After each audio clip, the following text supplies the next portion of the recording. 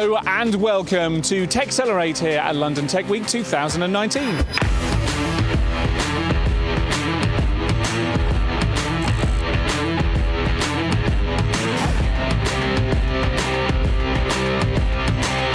TechCelerate is the flagship event of London Tech Week, and it brings together the people and the technologies that are driving transformation and helping to shape lives and society.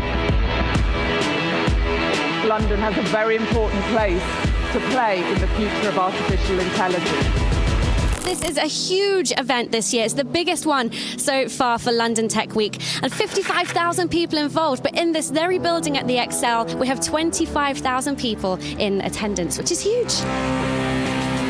It's always a great show. Everybody coming together, trying to figure out where is this market going. Here you've got people with exciting ideas from incredible varieties of walks of life. It's amazing. It's a really fantastic show. I would highly recommend it. It's really an opportunity to explore new ways of doing things and to learn from each other.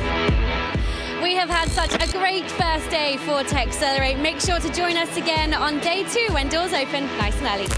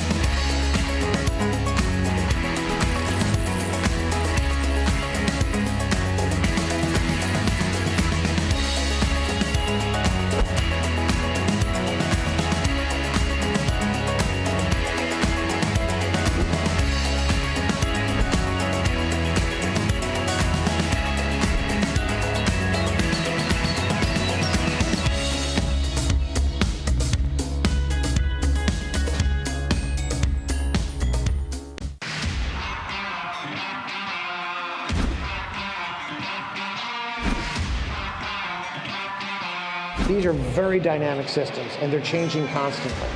In its 4th year and now part of TechCelerate at London Tech Week, the AI Summit is the largest event of its kind, bringing together leading figures from around the world in artificial intelligence. How many of you looked up how to get here this morning? Yeah, probably used TfL, Waze, Citymapper.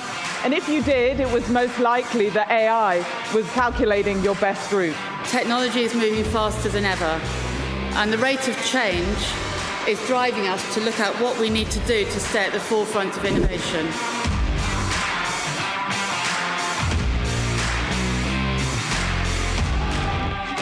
AI Summit. Where else would you find that many companies under one roof? Lots of information to take on board and take it back to my company. I really want to understand what is the latest trends of AI. This is a very good place to actually understand what is coming up new. I'm looking forward to all the innovation that is going to come in the years ahead. Because it's such a fast-moving environment, you've got to keep in touch with what's going on. Our industrial strategy identified AI and data as one of our 4 grand challenges, an area where the UK has the potential to lead the world for years to come.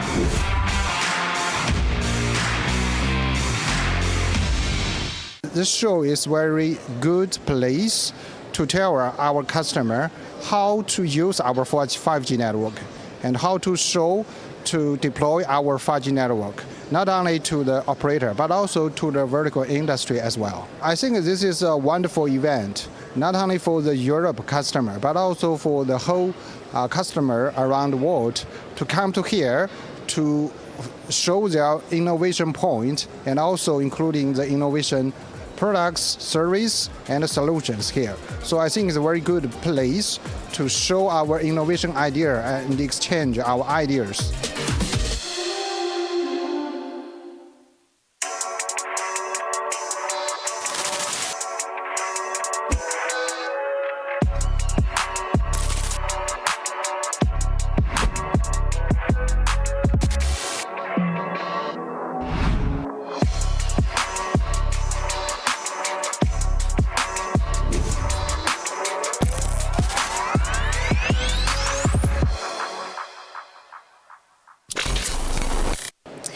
a pleasure to be joined by sponsors Oracle right now with John Abel and James Hargrove. How are you both? Very good. Very good. Lovely. And please tell me a little bit about what you do in detail within the company. What are your roles? Yeah, so my role is I am the Vice President of Cloud and Innovation for UK, Ireland and Israel. And my day job is looking after all the solution engineers creating solutions for our customer. Fantastic. And I'm a graduate solution engineer working under John. So I work mainly with the cloud technologies, building demonstrations and prototypes for events like this. Excellent, fantastic stuff. So let's talk about the voice developments that you're working on. Yes. John, maybe you could elaborate for us. Yeah, so one of the things you can see around our stand at the moment is a number of ways that we interact with data. So we have our smart city over there, we have the beehives, and today myself and James are on stage talking about actually how do you create technology using voice. So for the first time ever, we showed creating an autonomous database just by using the voice, and then James demonstrated actually how he could use a chatbot to actually inquire with the data and talk to the data. So there's not really a typical developer interface. Fantastic. So maybe you could tell us a little bit more about that. Yeah, so we demonstrated on stage how we can create a database using voice. So we connected our digital assistant to a Alexa. So through the Alexa, it takes us through the step on how we can create the database and showing in real time that database being provisioned on the dashboard. We also showed another channel, which was through the web. So we can scale a database, we can query our data, and we can populate data. And we also finally just showed that how we can import documentational and relational databases as one. Fantastic. That sounds absolutely brilliant. So, John, let's talk a little bit about how developers and ultimately customers can benefit from autonomous technology. Yeah, I mean, one of the things Oracle's very well known for is security, performance and scaling. Now, classically, when I started my career, obviously way before James started his career, and we were only talking about that this morning, about a lot of it was down to really understanding how technology worked and the characteristics of usage. The challenge today is people haven't got time for that. They want to just literally, as James did on stage, speak to a technology, interact with technology, and just use it. So within 60 seconds, James can show a database that a developer could interact with. Within 1 minute 30, he's actually got a schema, a data schema, a financial services organization built in the database. So if you think when I started, to get to the point where you could develop any technology took months and months of massive amount of capital outlay. What we've now got the ability with Autonomous is basically to create things much quicker, and then when you need to scale it, it instantly scales as well. So it's not only performant, it's not only scaling, but also immediate access to information. Very exciting. Gentlemen, thank you very much from here at Oracle. Cheers, thank you. Brilliant, thank you.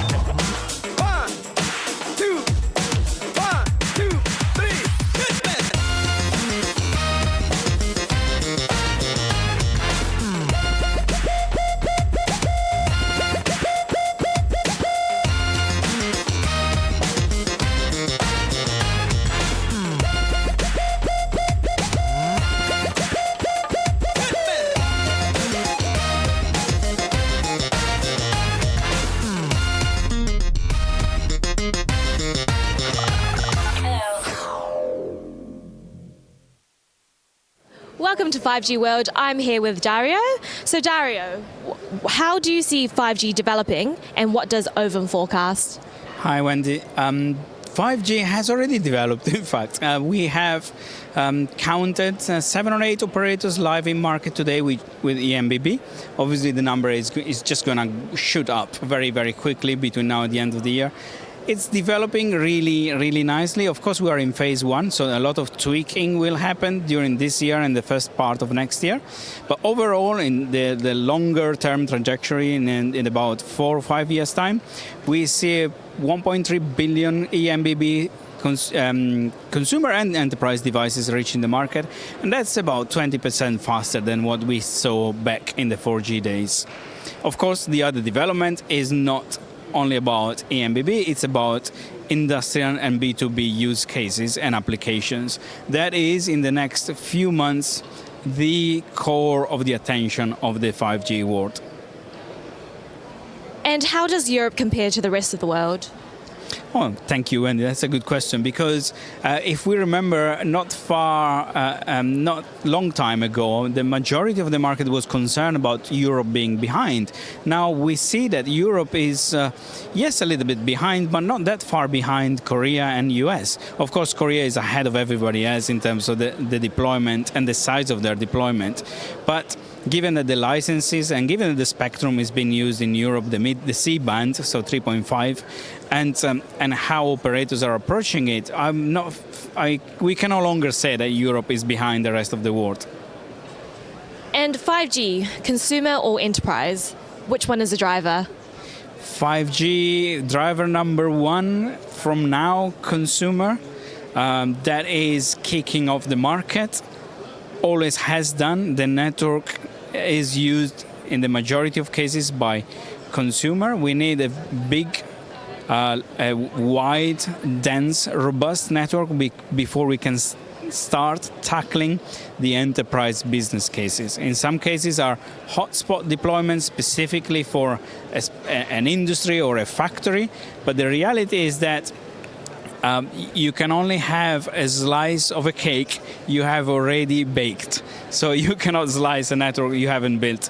And if you think about what enterprises are going to be using 5G for, that's probably pointing towards the slicing and the programmability of the connectivity.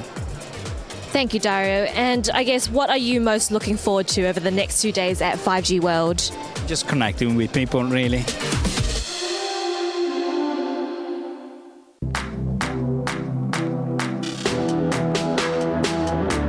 Hello and welcome to TechCelerate here at London Tech Week 2019.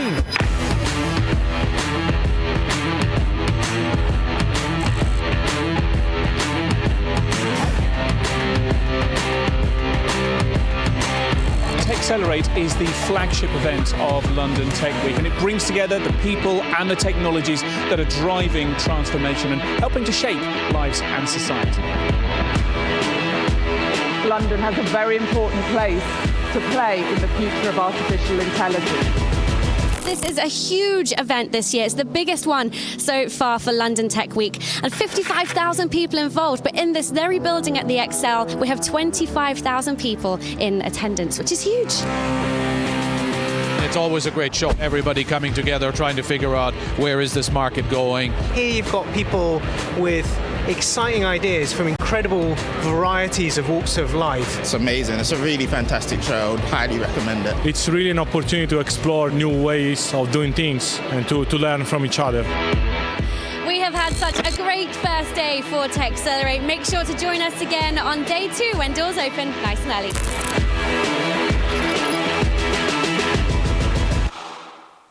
Over my shoulder is a standard presentation at a live event, but what's special about this is how it's being captured. It's being live vision mixed by an operator backstage. What that means is that it's available almost instantly, fully edited, also with any videos, any slides played straight into that footage. It's a really cost-effective, quick turnaround solution for live events like this. Einstein predicted the deflection of light phenomenon, the fact that light coming from a star, as it travels through near a massive body like the sun here, gets bent. Buildings or pathways or walkways.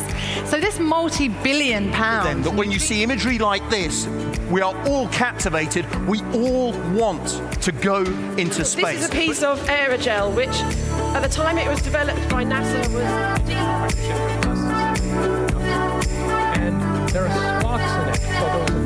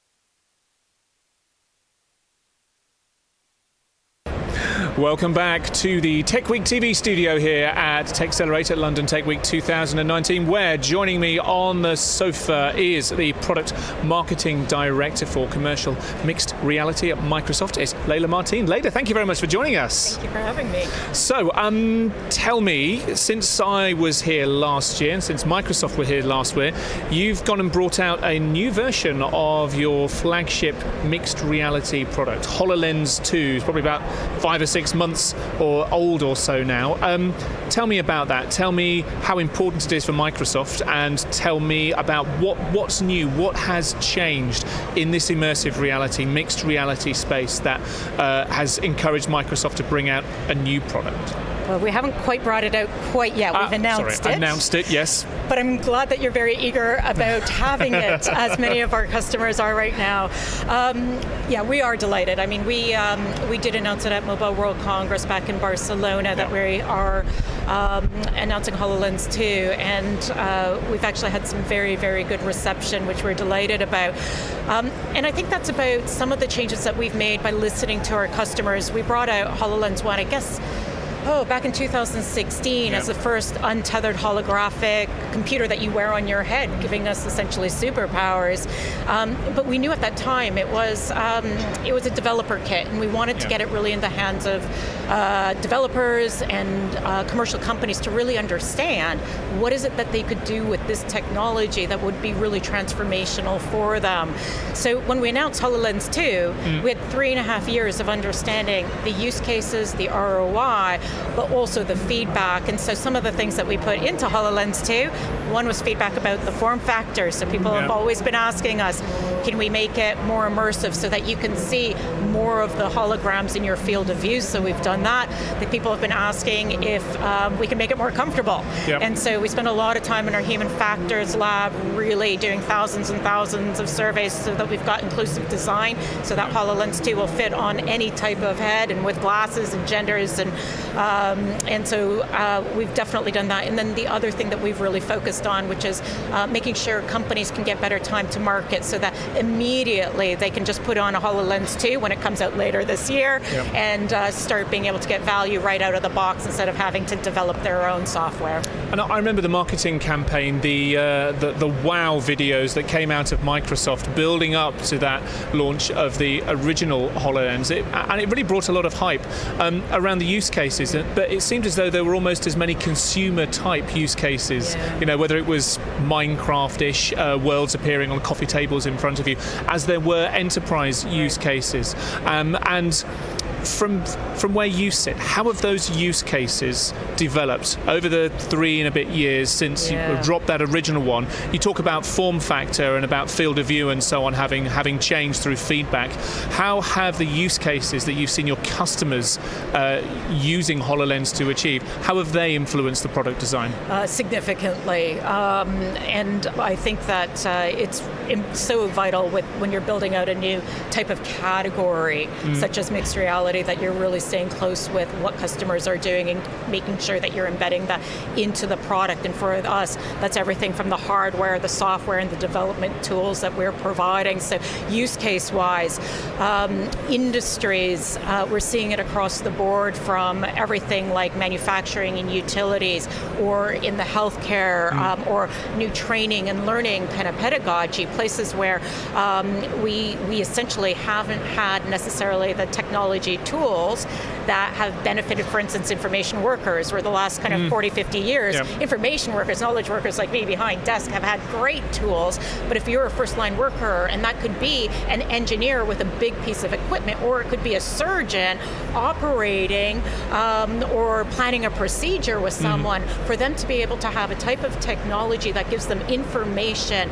when and where they need it, that has been really evolving in terms of use cases, and very specifically training, remote experts, so that you can be fixing something and anybody in the world can kind of, take their knowledge and be able to help you to solve something like that, guided instructions. There's a lot of very consistent examples of use cases where we're seeing lots and lots of ROI coming out of those. Well, I want to touch on that, because do you find that customers are experimenting with it, that they're doing pilots and fairly close projects with it, or are you seeing that they are getting real ROI. It is a real benefit to their business through use in the front line rather than just in the development and experiment labs? Great question. I love that question. Thank you. We did a survey with Harvard Business Review, I think maybe about 12 months ago, and we had about 87% of enterprises that were experimenting, piloting, and trying to move toward production. The cycles that we see businesses go through are very consistent. They'll kind of start with, a couple, they'll experiment, then they're going to move on to pilots to really prove out the value. And then it takes a while to get through the systems before they can then get into production. We're actually starting to cross that right now between getting into pilot and into production. And the reason why is because the ROI is proving out right now. And every day that I'm working with our customers, I'm always so excited to see the types of gains that they're getting. We're seeing large global manufacturing companies get 25% gains on productivity, which is, like we say it just so flippantly, or 50% reductions in the time it takes for them to assemble a cable within an assembly line. We're seeing things that are really, really hard to be able to create, one of a type that we're able to have no defaults or no defects on that. And then just training-wise, it's just a huge new way to be able to learn. And so we've seen lots of examples where customers are finding that they've got reductions in time to train by over 100% and memory retention of 150%. And those are all things that make the adoption of this really real. In terms of next steps, I know, like you say, HoloLens 2 hasn't officially come out yet, but we're always looking forward here at London Tech Week and at TechCelerate. What are from the feedback that you get from customers, there must also be some things that at the moment you can't do anything about, whether it is haptic feedback or so on. So what do you see as the next real checkpoint, the next breakthrough when it comes to immersive mixed reality technologies that would enable a whole new suite of use cases potentially? Yeah, that's a great question. So starting off with very certain that they're actually going to be the same three things that we're working on right now, which is people are going to want continued more immersion. They're going to want more comfort in terms of the form factor, the size of the form factor, and then they're going to want even more value. And that's going to be across and getting us beyond some of the first line workers into more knowledge workers. So I'm going to kind of break down a couple of these in terms of some of the things that we're doing today and where it's going to continue going. I talked about field of view for immersion, but it's not just about how big the field of view and what you can see in it. It's about things like the gestures, and we within HoloLens 2 have fully articulated hand tracking, which means that I can pass a hologram to you. I can pass a building to you, and you can be able to pick that building up, and then we can blow it up and see it in real scale. It's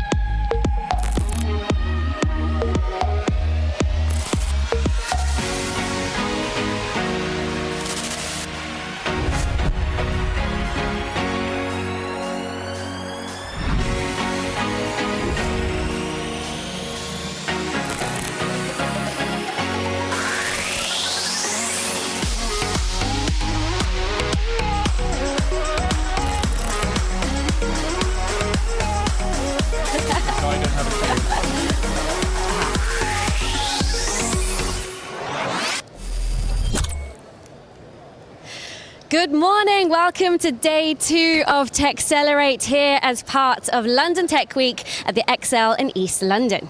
We are live streaming all the best bits from this magnificent festival of innovation right here on Tech Week TV. Screens around the venue and all over the internet and social media as well. Tina, what are you up to today? Well, today it is all about being part of the future, as we know. So I'm going to be heading over to the EU Pavilion to talk to some people in the missions critical section, which is going to be very interesting. Quite a hard-hitting title, I think. Yeah, indeed. Mission critical technologies, obviously very important for emergency services and all of us that rely on them. I'm going to be in the studio today chatting with loads more leaders from across AI. Obviously, the AI Summit's very, very important here this year, as well as machine learning learning, more stuff on immersive realities as well. Amazing. And I think I saw a certain Richard on your Twitter. Richard actually, Browning. from a couple of years ago when you were here. Yeah, exactly. So giving the final keynote just to close off the TechCelerate part of London Tech Week this year is Richard Browning from Gravity Industries. He's better known as the self-styled jet guy, and he's going to be giving the final keynote later on today and then flying over the Thames with hopefully 2 other pilots as well in a kind of race, we hope. That's going to be not until towards the end of the day, 6:15 or so, but we'll be speaking with him, finding out how his business has literally taken off in the last 2 or 3 years. Oh, that's a strong pun right there.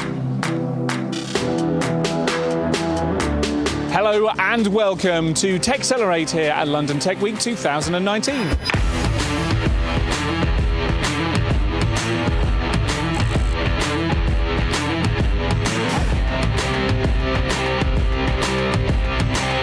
TechCelerate is the flagship event of London Tech Week, and it brings together the people and the technologies that are driving transformation and helping to shape lives and society. London has a very important place to play in the future of artificial intelligence. This is a huge event this year. It's the biggest one so far for London Tech Week, and 55,000 people involved. But in this very building at the Excel, we have 25,000 people in attendance, which is huge. It's always a great show. Everybody coming together, trying to figure out where is this market going. Here you've got people with exciting ideas from incredible varieties of walks of life. It's amazing. It's a really fantastic show. I would highly recommend it. It's really an opportunity to explore new ways.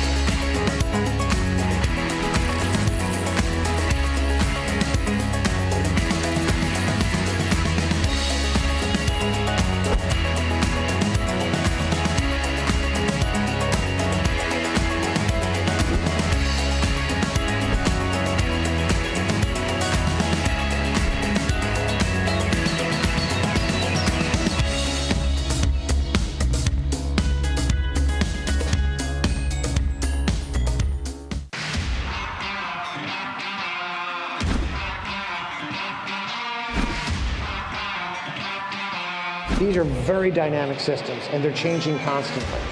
In its 4th year and now part of TechCelerate at London Tech Week, the AI Summit is the largest event of its kind, bringing together leading figures from around the world in artificial intelligence. How many of you looked up how to get here this morning? Yeah, probably used TfL, Waze, Citymapper. And if you did, it was most likely that AI was calculating your best route. Technology is moving faster than ever, and the rate of change is driving us to look at what we need to do to stay at the forefront of innovation.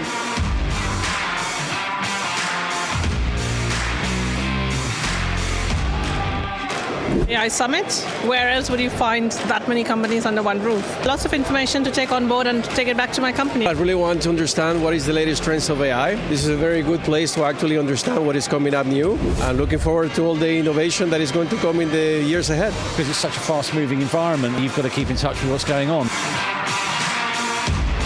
Our industrial strategy identified AI and data as one of our 4 grand challenges, an area where the UK has the potential to lead the world for years to come.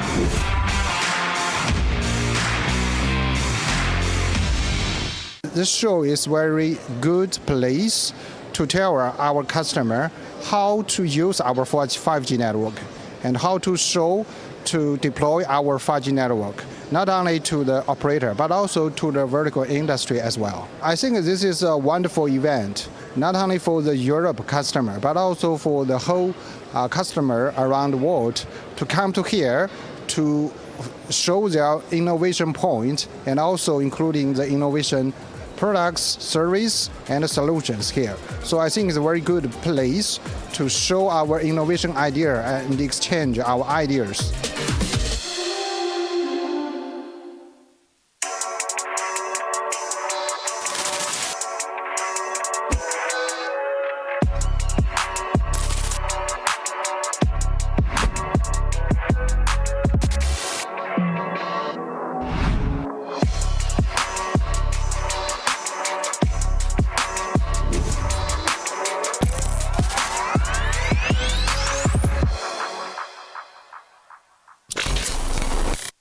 It is a pleasure to be joined by sponsors Oracle right now with John Abel and James Hargrove. How are you both? Very good. Very good. Lovely. And please tell me a little bit about what you do in detail within the company. What are your roles? Yeah, so my role is I am the Vice President of Cloud and Innovation for UK, Ireland and Israel.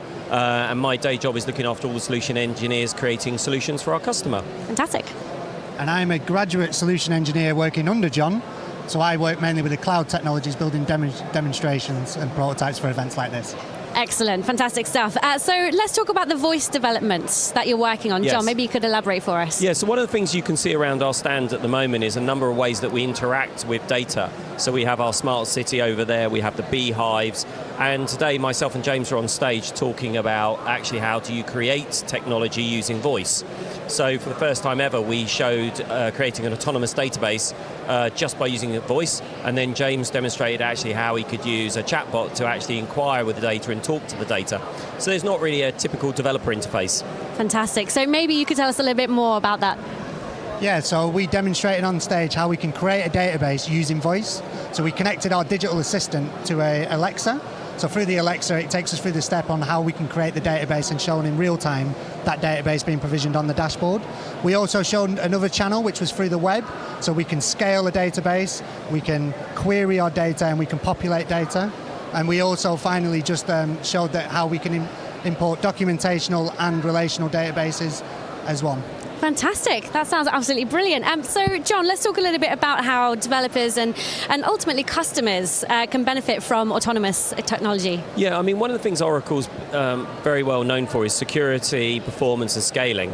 Now, classically, when I started my career, obviously way before James started his career, and we were only talking about that this morning, about a lot of it was down to really understanding how technology worked and the characteristics of usage. The challenge today is people haven't got time for that. They want to just literally, as James did on stage, speak to a technology, interact with technology, and just use it. So within 60 seconds, James can show a database that a developer could interact with. Within 1 minute 30, he's actually got a schema, a data schema, a financial services organization built in the database.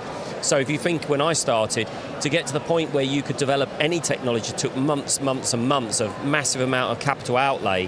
What we've now got the ability with Autonomous is basically to create things much quicker, and then when you need to scale it, it instantly scales as well. So it's not only performant, it's not only scaling, but also immediate access to information. Very exciting. Gentlemen, thank you very much from here at Oracle. Cheers, thank you. Brilliant, thank you.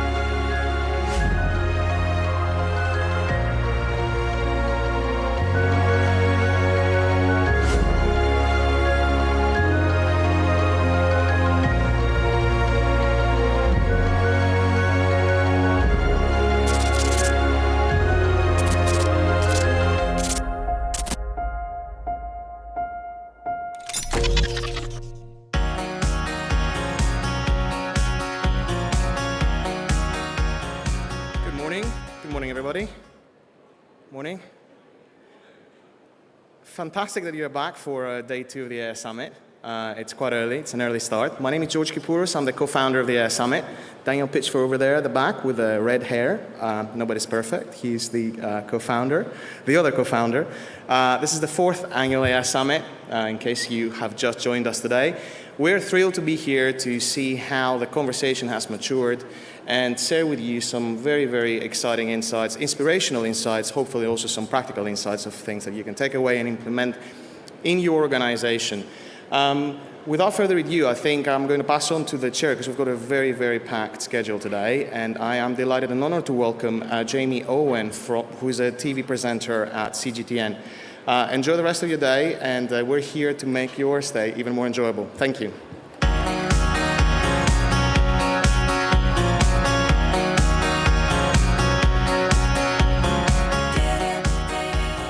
Thank you very much, ladies and gentlemen. Good morning and a very warm welcome to you. I'm Jamie Owen from CGTN. My day job is a television news anchor, but I have to tell you, not for much longer, it seems. I've spent a fair bit of this year in China, visiting places like Tencent and Huawei, and I have come face to face with my nemesis, the AI news anchor, a younger model, more handsome, more reliable, never sick, never in need of holidays or maternity leave. So I guess I've only got a matter of months before I go the way of the landline, the steam locomotive, and the corner shop. I've seen the future, ladies and gentlemen, of AI, and speaking personally, I think it's the work of the devil. So it's with gritted teeth that I stand here today and welcome you to a glimpse of the future and a new world that frankly is already with us in so many ways. I just have to run you through some housekeeping, so I hope you will bear with me while I go through some important public service information stuff for you. The fire alarm sound in this building is a voice alarm on the PA system. When you hear the voice alarm, would you please take the nearest exit? You can see it marked there in the green on the black curtain, and follow the direction to the assembly point.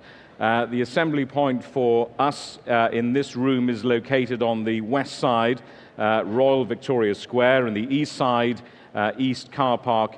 Please do not stop and collect your personal belongings, and do not use the lifts. When you reach the assembly point, remain there and await further instructions.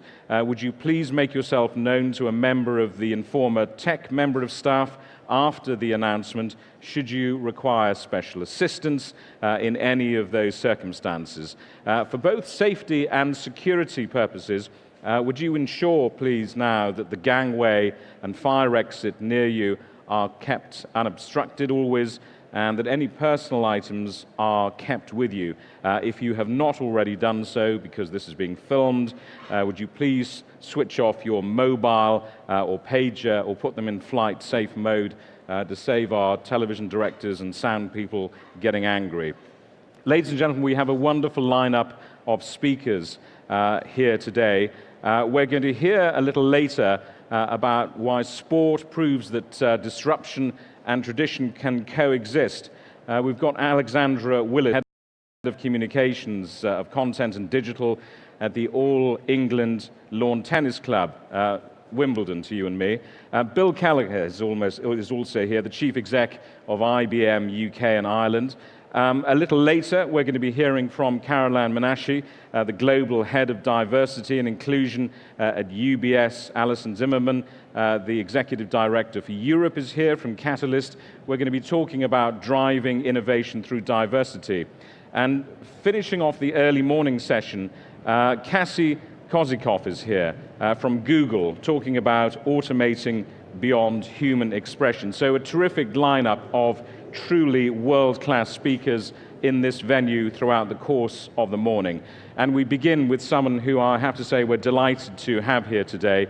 It's a very great pleasure to discuss how can Europe support the development of AI. Ladies and gentlemen, would you give a round of applause, please, for the member of the European Parliament, Antanas Gorga. Thank you very much.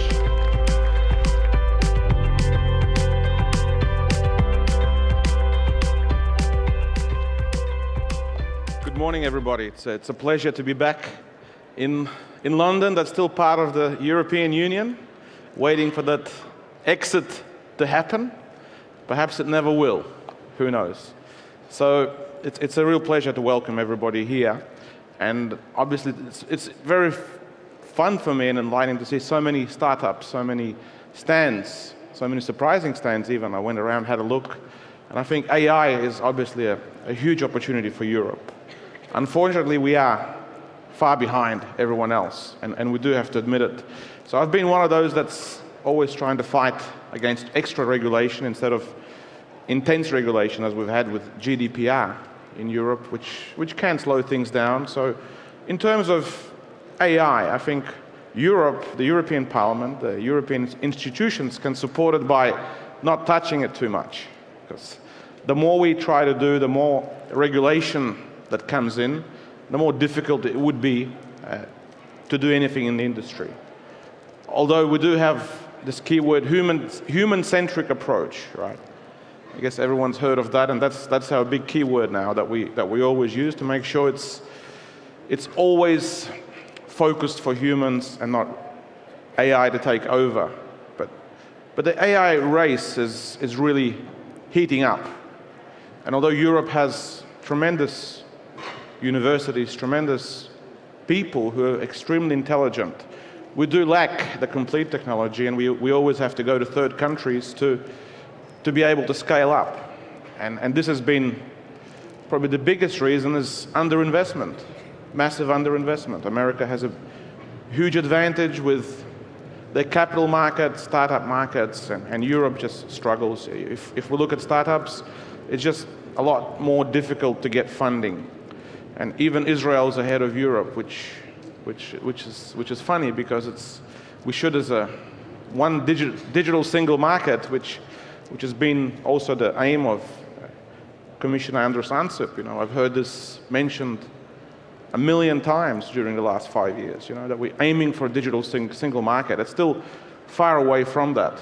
And we have to wake up and do understand that we are behind in Europe. It's difficult to do business in Europe because China has one market, government funding, as we know, for projects, unlimited funding even. And America has a great environment for startups, and Europe is behind, although the numbers on startups are quite good, but they are much smaller. Probably one Chinese startup could take all of European startups, which if it's government funded. So we do have to always know that, you know, China's government investment does differ from Europeans' opportunities to invest and co-invest in projects. So I hope that politicians do take note of this and do provide more capital, especially in the AI race, or we are going to fall way behind in the future. Obviously, data is key, and we did take an approach of GDPR. I guess that's a lot of opportunities for businesses to ensure that companies can become compliant on the GDPR directive, which has been a major thing in Europe, which I think does impact on businesses and probably slows things down. You know, we do have to admit, but it also protects people, and that's always been the fundamental approach for the European Union, the Commission, to always protect the consumer. Also being the member of the Internal Market and Consumer Protection Committee, you know, we do focus a lot on that, on protection, which again puts us at a competitive disadvantage, especially our businesses. But we do have some good news on the free flow of data. So non-personalized free flow of data in Europe now is available. So I think for a lot of the fintechs, especially in banking and in this area, there's a lot of opportunities with using this free flow now of data, of big data, which can be now available, which is not, once it's not personalized. So I do recommend for businesses to really look into this opportunity. And we do have a lot of e-money licenses that are coming through all over Europe, a lot of fintechs that are doing really well, and well, even in the UK.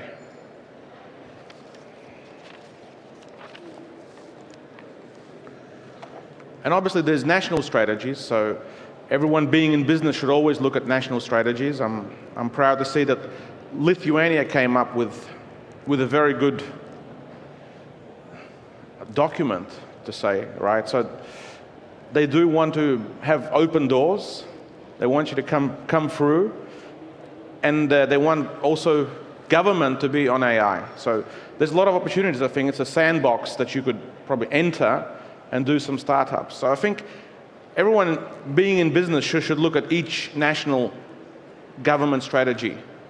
I can talk most about Lithuania, and I know that the Minister of Economy is very, very energetic, very open-minded, very young, 28 years old, so easy to talk to, and easy to approach. So if you do email, you will get a response. The Lithuanian National Bank as well is extremely open-minded. I think they issued the most e-money licenses, very open-minded on artificial intelligence and big data, and we do see a lot of movement there. Obviously, Lithuania is also big on blockchain. There's a blockchain center, Invest Lithuania. So there's a lot of opportunities for people to enter that market and enter all of Europe. Lithuania being in a single market, being in the Eurozone, it's a country where you can come and do business.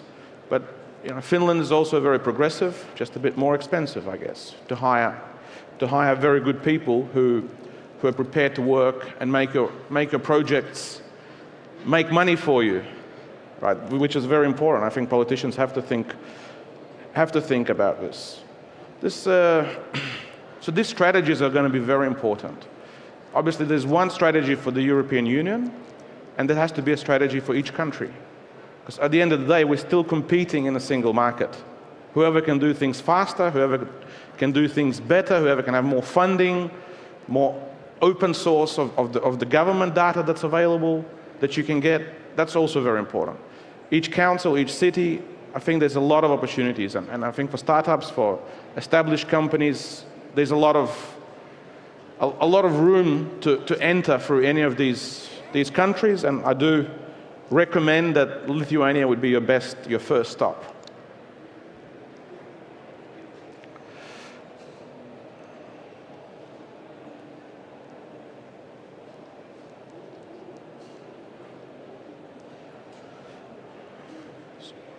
So in 2018, just last year, I was the shadow rapporteur for the European Parliament's position, the first position that we had, a comprehensive European industrial policy on robotics and AI.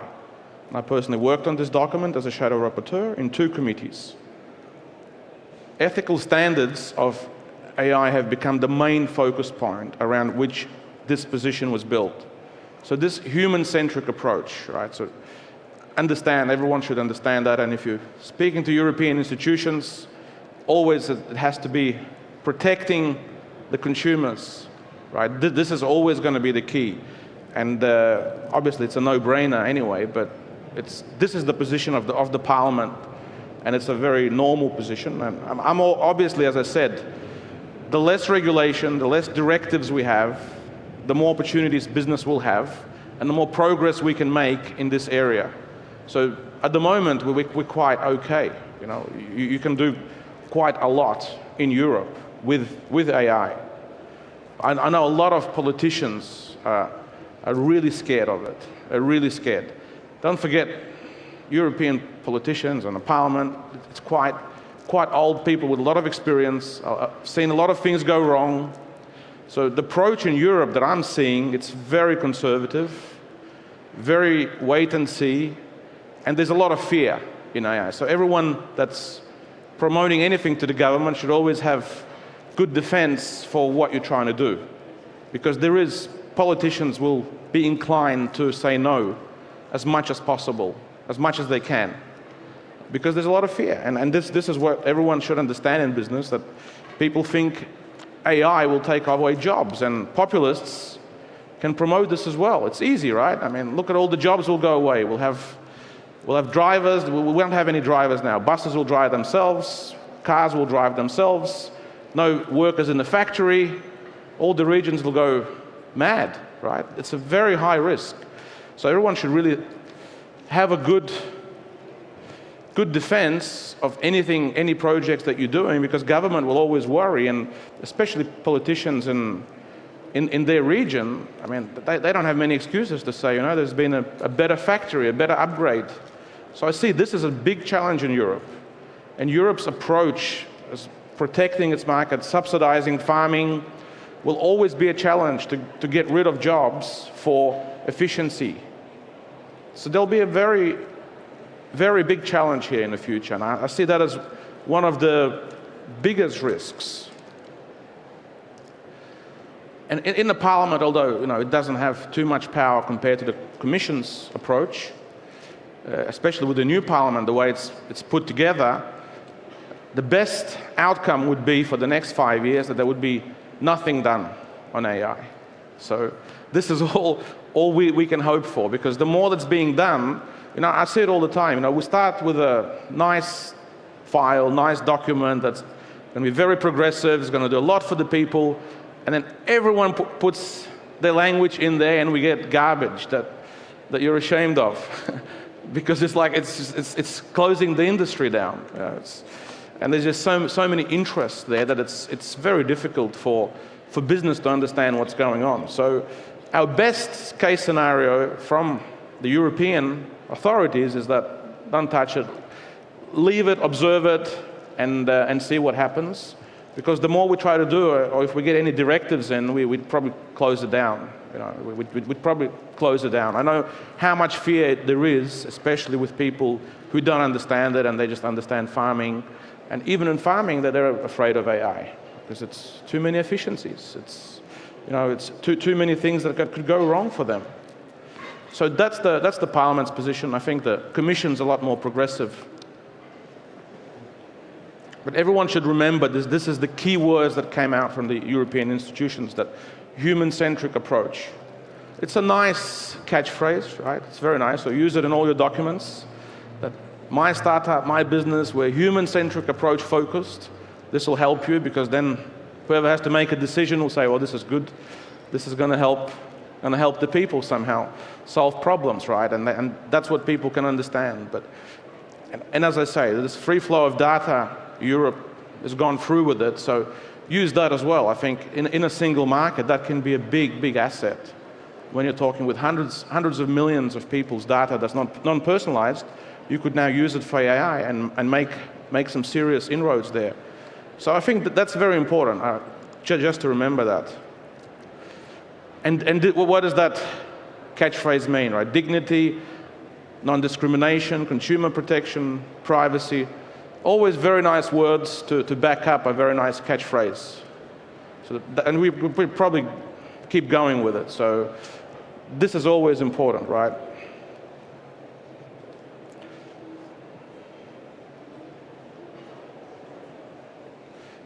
Yeah, and obviously respecting fundamental EU rights, such as particular when it comes to privacy, dignity, consumer protection, non-discrimination. So you can't discriminate.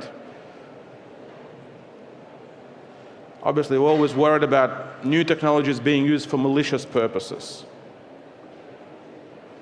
And we do want to encourage exchange of experts and academics on AI and robotics from different continents. This is also one big problem in Europe that we have. We don't have enough trust between countries to share information. And everyone's running their own race. And this is one challenge where I think that we all need to do more. Universities, companies, to not be afraid to share their knowledge, to then develop and get something better done. Because there's a big problem in Europe on this. We're not sharing enough information. Whether it was on cybersecurity, which I was also the shadow rapporteur on that file, the cybersecurity directive. We do find there's defense mechanisms, but countries don't have it, even though we are in a single market. So one country could be miles ahead between the rest, yet if one is damaged, the rest will suffer too. So this is very important for AI as well. I hope that especially universities are exchanging and sharing information and investing.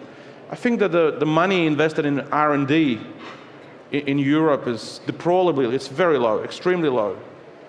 Especially when interest rates are zero, I mean, negative in some countries, you could borrow and just like invest in R&D, right? It's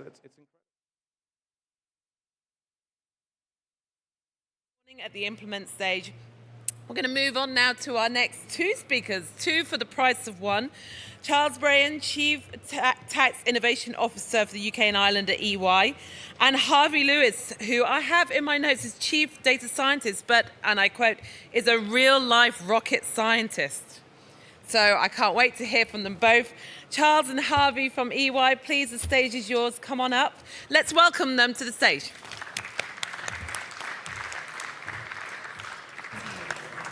Thank you.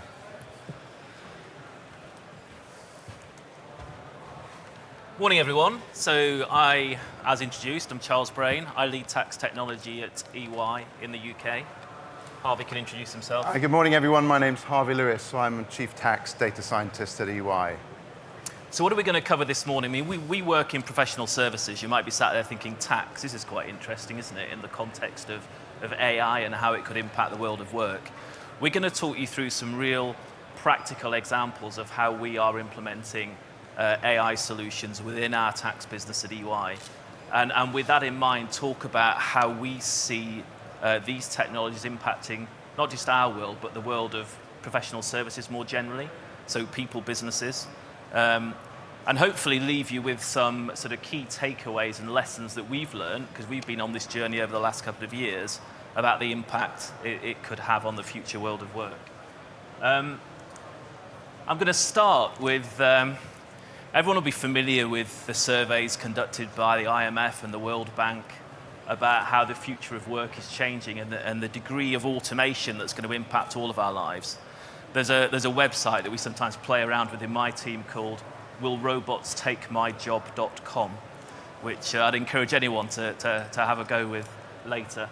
And if you type in tax, I've been working in tax for 18 years. If you type in the word tax, it comes up and says, are you a tax preparer? And you go, yeah, okay, that's reasonably close. And then it says, it's 99% certain that your job is going to be automated because of the rise of emerging technologies like AI. 99% certain.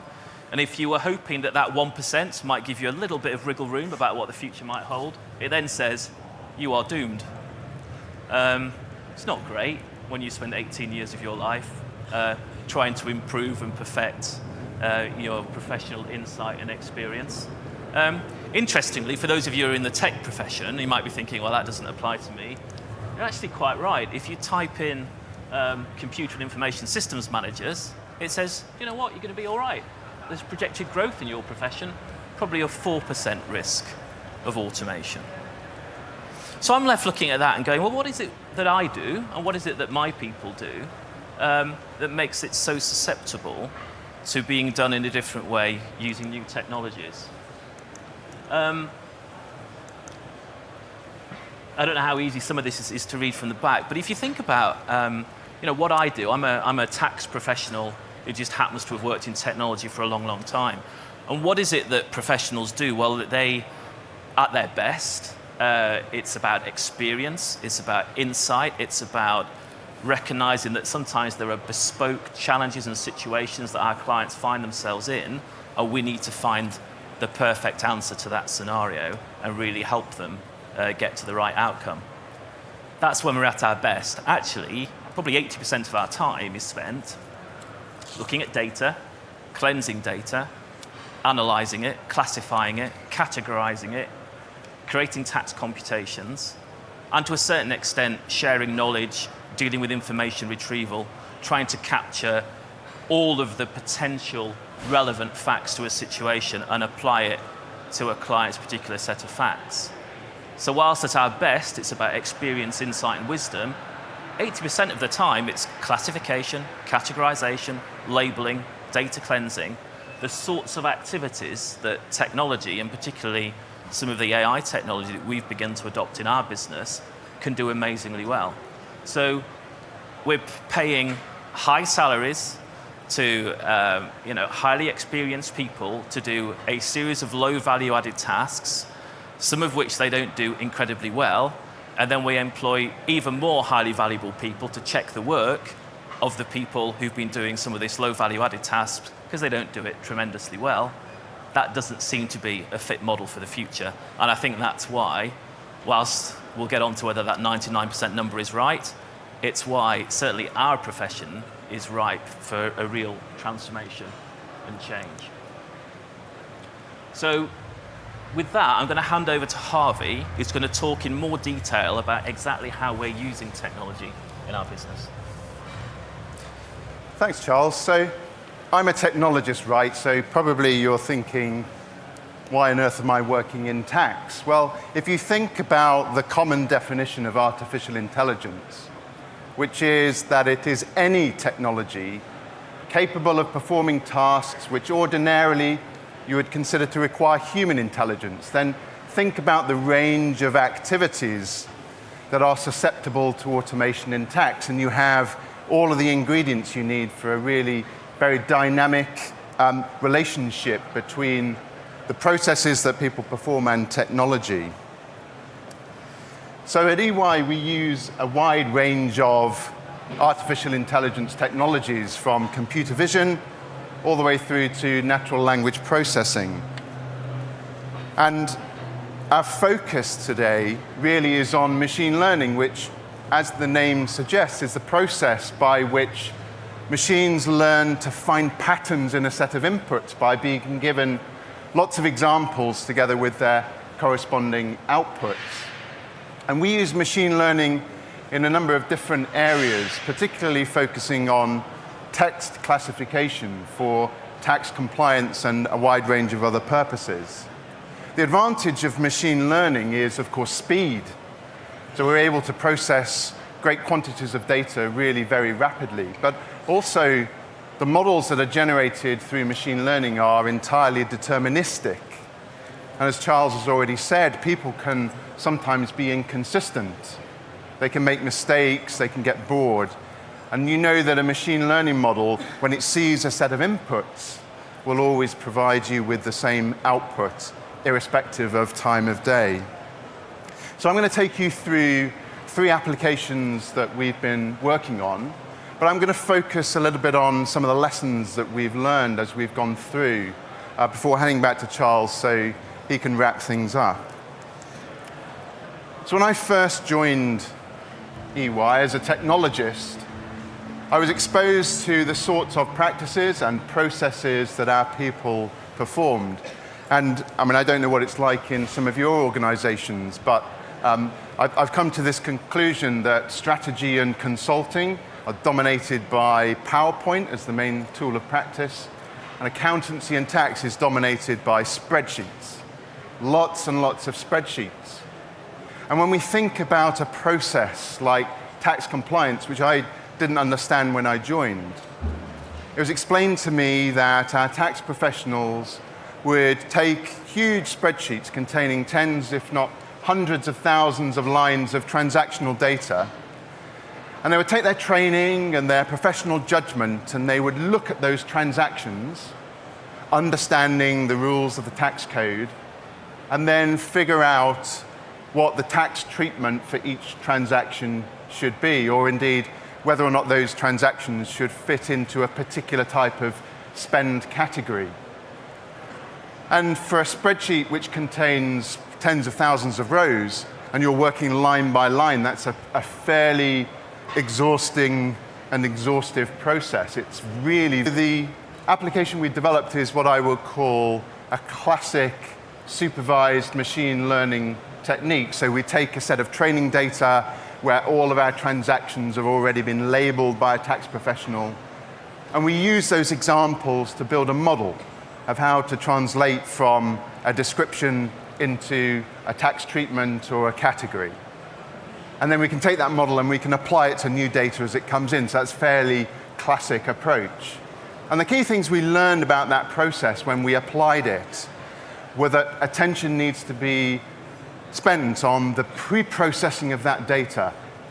You'd be amazed at the number of different ways people can describe the same thing. Or if you're having a bad day, you enter everything in uppercase. Or you use abbreviations and punctuation. So standardizing data before machine learning gets applied is really quite crucial. And the second thing that we learn about this classic approach is post-processing is also training data as it was learning. So if your training data is biased, if it is inconsistent and contains noise, that will be reflected in the confidence that's output. So one of the things that we learn when we apply classic machine learning like this in compliance-related areas, it's the same in safety-critical areas and autonomous vehicles, is you need to be able to explain how you got to the output.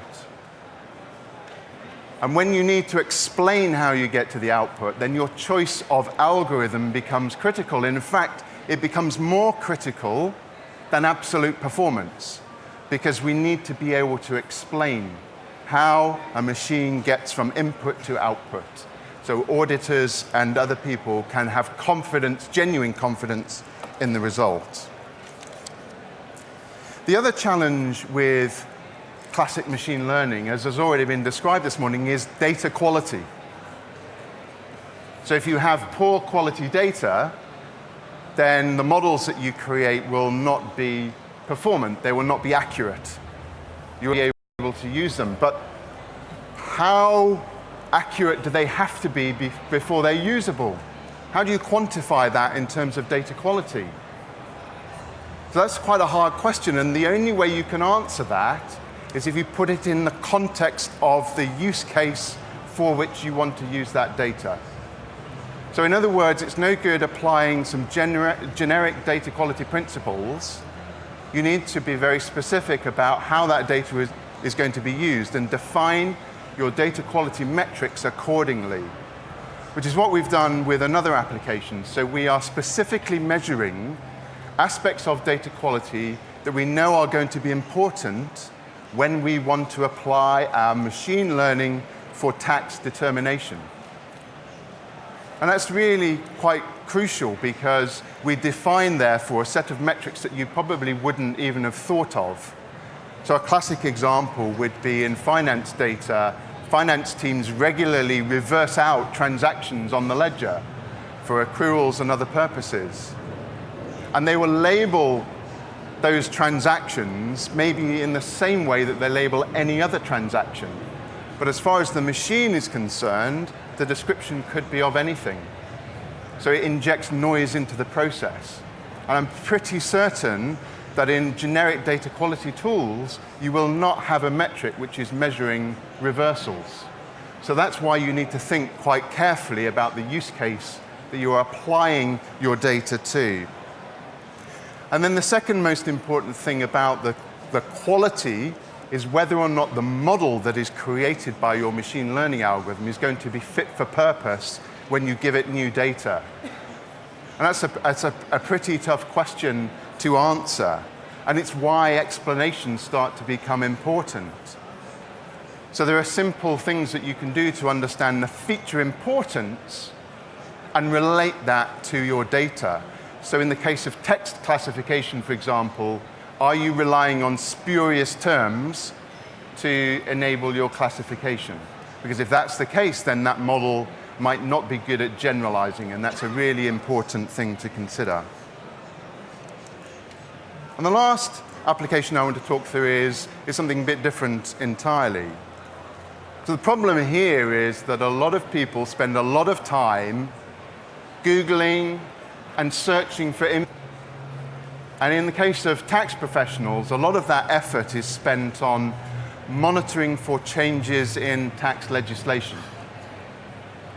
So teams around the world, both within EY and a lot of our clients, spend their time trying to keep up to date the same activity because of that disparity between functions. So our hypothesis was that technology can help people do this job better. And the way we went about that is another very important lesson, which is professionals do their job. And indeed, when we built this application, we discovered that what was really important for this application was keeping the human in the loop. So if we're reading information from the World Wide Web or from a range of other sources, no one has labeled that for us. We can't take a set of training data and use it to build a model to classify. we have to do that on the fly, and the only way we can do that on the fly is if we've got someone who can interpret the documents that are being read. So we had to implement what's called an active machine learning process, and you may be familiar with this technique. An active process is different from a classic or passive supervised machine learning process in that the machine selects the samples using intelligence to give to the human to label. And in so doing, when we apply that process, we can read thousands of documents, but only have to label a really small fraction of them to get good model utility. So some of the tests we've run, for example, we're only labeling 1% to 2% of the data, and we have a model which we can use. It's not perfect by any means, but it allows us to use that to categorize data that we read. And of course, in this process where you're recursively gathering content and labeling it, you are constantly improving. As you gather new content, you are providing more training examples, and therefore the model gets better and better. It might not be perhaps as fast as some of the classic techniques, but we can still churn through thousands of pages of text in just a couple of hours, which, if you're a tax professional working in this space, is a real help if it's going to take you a couple of weeks, for example, to read through lots of content. And this kind of approach where we embed the person in the loop of the machine learning as it learns and predicts and improves over time is something which is obviously generalizable to many other applications. So when you're thinking about applying machine learning, think about all the different approaches that you could apply and whether or not it is appropriate to include a person in the loop. So I'm going to hand back to Charles now just to wrap things up and take you through some of the finer lessons. Thanks, Harvey. So for us in the UK, we have 1,300 people who help clients with their tax affairs.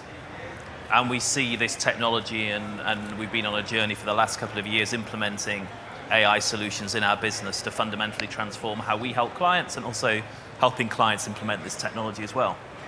What lessons have we learned? If I was to summarize it in one statement, it would be that our AI strategy is a people strategy, which might seem a little bit counterintuitive. Isn't it all about the technology? And we've invested a lot in bringing the right technologies into our organization so that we can create the tech solutions. But the questions it's raised for us, back to the 99%, is what's the impact on people and where do people fit into all of this? As Harvey talked through, where we started was very much sort of classic pattern-based machine learning, passive models, effectively taking those training banks of data, getting that training data as perfect as it could possibly be, effectively train a model, use that model on fresh data, and then see what comes out. What kind of confidence scores do you get from that? But then recognizing very quickly, as Harvey was saying, that even in that model, there are certain barriers, there are certain inhibitors. The quality of the training data, even to begin with, means that your confidence score is going to be impaired in the best circumstances. So then understanding, okay, there's a human review element to all of this, even using the AI technologies. But what does that human reviewer need to know? And looking at the banner headline to the left, explainable, practical, responsible. You have to create something that human reviewer can use, and you have to skill up that human reviewer so that he or she really understands what's coming out of this process. And that's very, very different to the way in which we used to work with our clients only 2 years ago. If we then start to look at where we've taken things over the last 6 to 12 months, which is, if you like, sort of second generation use of AI, it's really starting to rethink that whole process, that whole model, which is we don't just build the technology, let the technology do its thing, and then have a human reviewer look at the output and start to try and make sense of it. It's actually embedding the role of the professional right at the heart of that technology-driven process. So in the examples of how we're starting to use AI now, as we move up the value curve in our business, it's recognizing that really we're having to put the professional at the heart of that training process. we are effectively nudging and changing and fixing the algorithms as we move forwards to make sure that what we deliver is something that can start to do the sorts of things that Harvey was talking about. Digest 5,000 websites overnight and work out, has anything happened in the world of tax globally that might be of interest for a particular client with a particular fact pattern, and actually display to them, well, what's going on. That's just not something that's possible to do, having a team of humans reading newspapers overnight. So recognizing that actually that human element is fundamental to the success of this process, but what are the skills and capabilities that that person needs? It's not the skills and capabilities that I was trained on, 15, 16 years ago. It's very, very different. So understanding how the AI is working, how do you detect bias, how do you understand when it's coming back with something that doesn't really make sense? What tweaks do you need to make in order to get the confidence scores up to a level where it all becomes usable? That's a very, very different skill set for a professional to have. So as we start to think about our 1,300 people, and that's just in the UK, and the skills and capabilities they're going to need in the future, we can't ignore this, we can't ignore these technologies, but what we're doing is starting to put processes together, which is about the technology, yes, but it's also about the skills and the capabilities and the talent development of our people, so they can start to use technologies like these as we move forward. So as I say, we have to have a strategy. We do have an AI strategy in our tax business, but it's very much a people-focused strategy.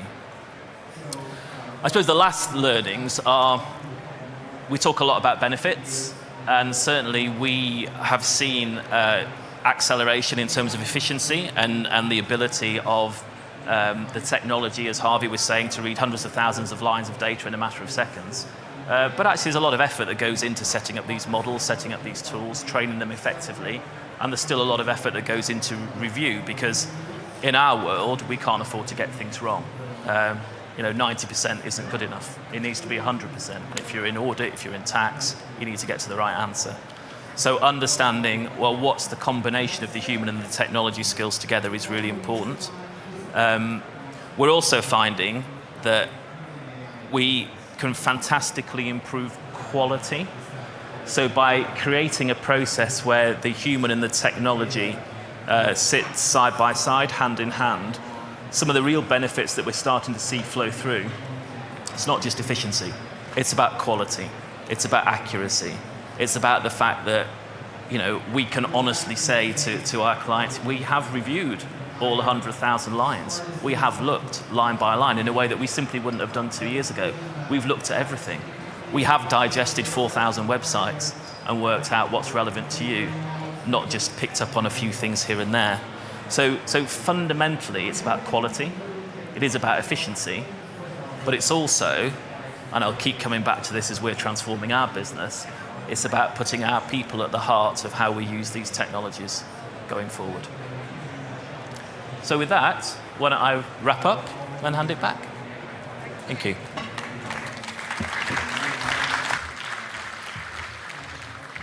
Thank you, Harvey, and thank you, Charles. I think they'll both be around today. If anybody has any questions or would like to grab them, please feel free. But thank you so much for that. And hello, people that have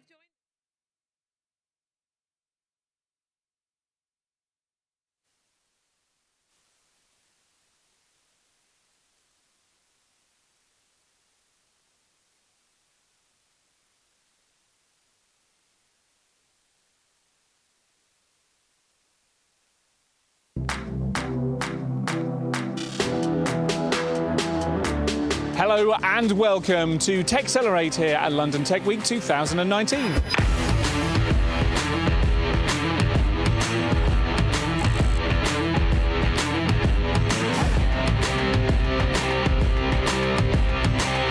TechCelerate is the flagship event of London Tech Week, and it brings together the people and the technologies that are driving transformation and helping to shape lives and society. London has a very important place to play in the future of artificial intelligence. This is a huge event this year. It's the biggest one so far for London Tech Week. And 55,000 people involved. But in this very building at the ExCeL, we have 25,000 people in attendance, which is huge. It's always a great show. Everybody coming together, trying to figure out where is this market going. Here you've got people with exciting ideas from incredible varieties of walks of life. It's amazing. It's a really fantastic show. I would highly recommend it. It's really an opportunity to explore new ways of doing things and to learn from each other. We have had such a great first day for TechCelerate. Make sure to join us again on day 2 when doors open nice and early.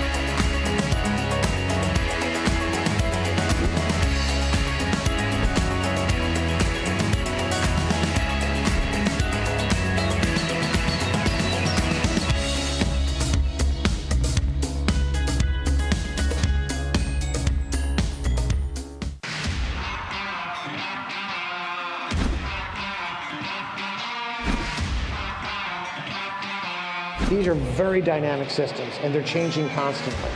In its 4th year and now part of TechCelerate at London Tech Week, the AI Summit is the largest event of its kind, bringing together leading figures from around the world in artificial intelligence. How many of you looked up how to get here this morning? Yeah, probably used TfL, Waze, Citymapper. And if you did, it was most likely that AI was calculating your best route. Technology is moving faster than ever, and the rate of change is driving us to look at what we need to do to stay at the forefront of innovation.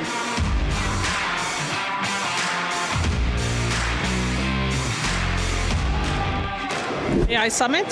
Where else would you find that many companies under one roof? Lots of information to take on board and take it back to my company. I really want to understand what is the latest trends of AI. This is a very good place to actually understand what is coming up new. I'm looking forward to all the innovation that is going to come in the years ahead. Because it's such a fast-moving environment, you've got to keep in touch with what's going on. Our industrial strategy identified AI and data as one of our 4 grand challenges, an area where the UK has the potential to lead the world for years to come.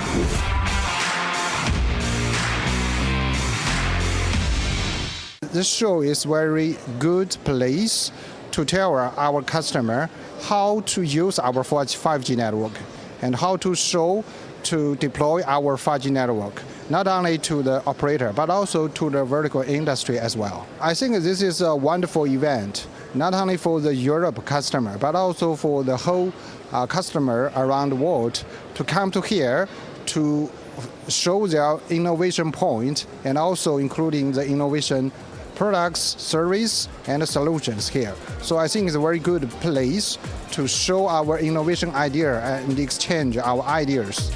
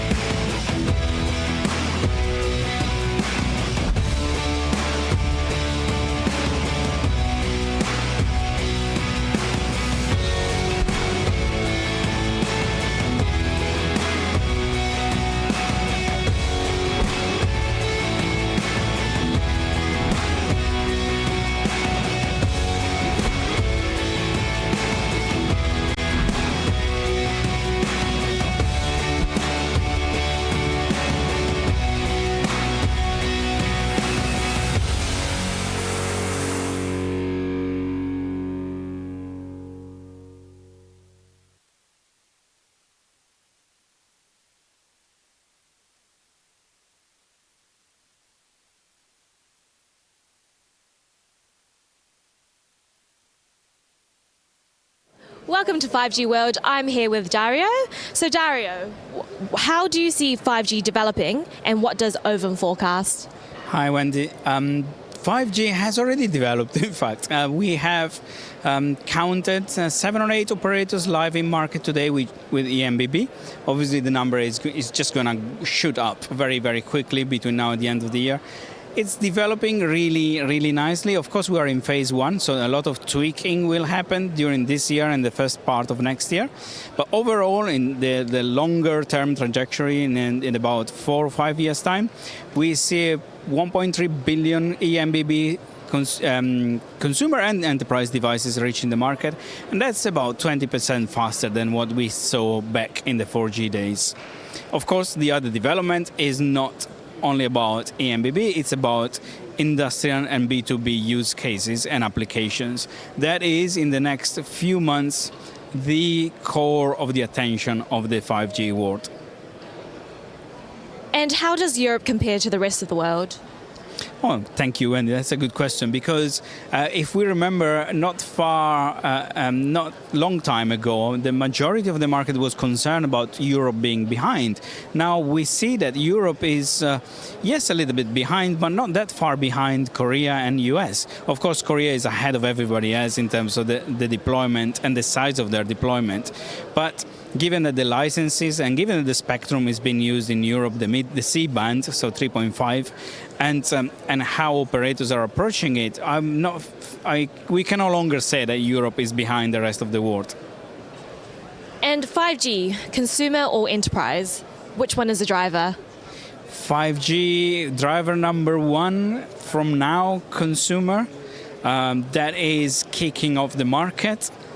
Always has done. The network is used in the majority of cases by consumer. We need a big, a wide, dense, robust network before we can start tackling the enterprise business cases. In some cases are hotspot deployments specifically for an industry or a factory, but the reality is that you can only have a slice of a cake you have already baked. So you cannot slice a network you haven't built.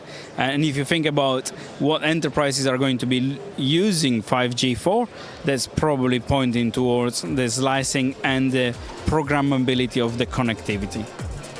Thank you, Dario. And I guess, what are you most looking forward to over the next 2 days at 5G World? Just connecting with people, really.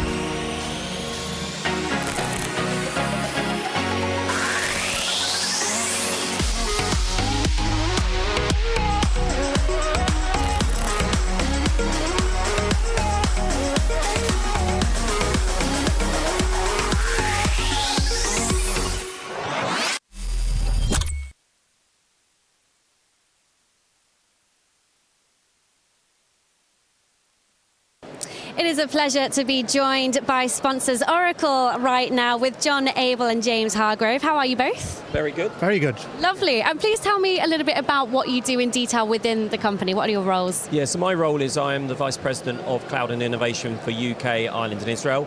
And my day job is looking after all the solution engineers creating solutions for our customer. Fantastic. And I'm a graduate solution engineer working under John. So I work mainly with the cloud technologies, building demonstrations and prototypes for events like this.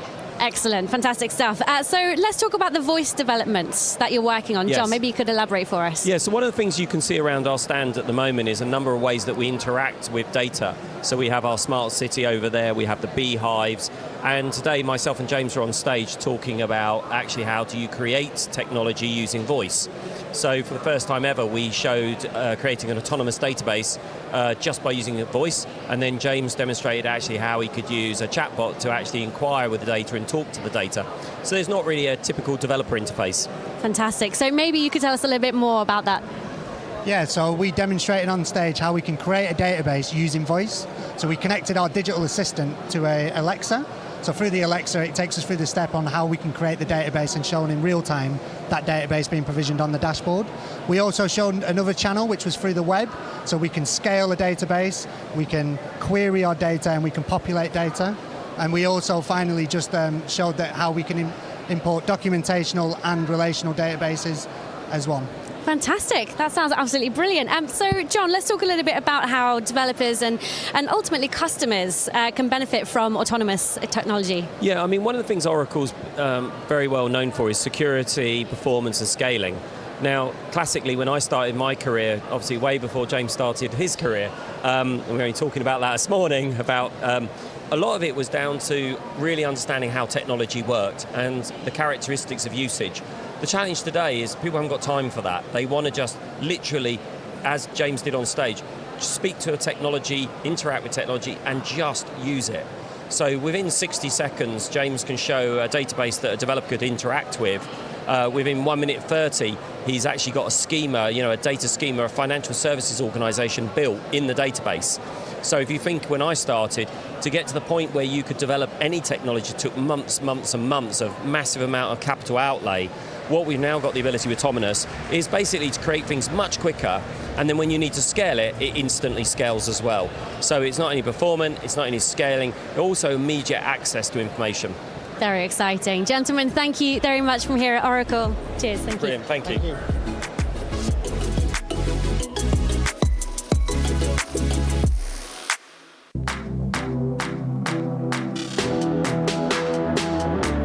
Hello and welcome to TechCelerate here at London Tech Week 2019.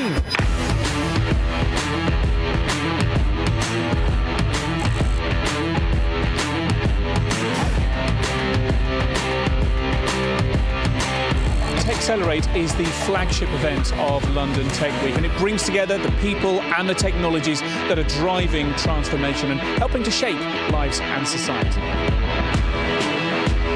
London has a very important place to play in the future of artificial intelligence. This is a huge event this year. It's the biggest one so far for London Tech Week, and 55,000 people involved. But in this very building at the Excel, we have 25,000 people in attendance, which is huge. It's always a great show. Everybody coming together, trying to figure out where is this market going. Here you've got people with exciting ideas from incredible varieties of walks of life. It's amazing. It's a really fantastic show. I would highly recommend it. It's really an opportunity to explore new ways of doing things and to learn from each other. We have had such a great first day for TechCelerate. Make sure to join us again on day 2 when doors open nice and early.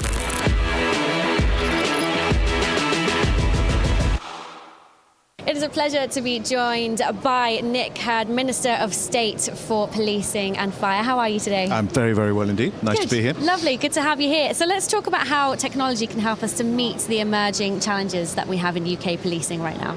I think technology is critical. I mean, policing is a people business. It's the most important assets in the system are human, but we have got to make sure that those men and women have access to the best that technology can offer. And we know how fast that world is changing. But I've seen in my job, whether it be the body-worn video or the tablets that now are normal through policing, that technology is making a huge difference to the difficult work of our police officers and our firefighters. And I'm determined to do everything we can to make sure that government and the police and the fire keep up with the technology and make sure that those in the front line have access to the best best technology available. Brilliant. So let's talk about technology at the Home Office. When we're looking at technology-related programs at the Home Office, how can that help us within this context?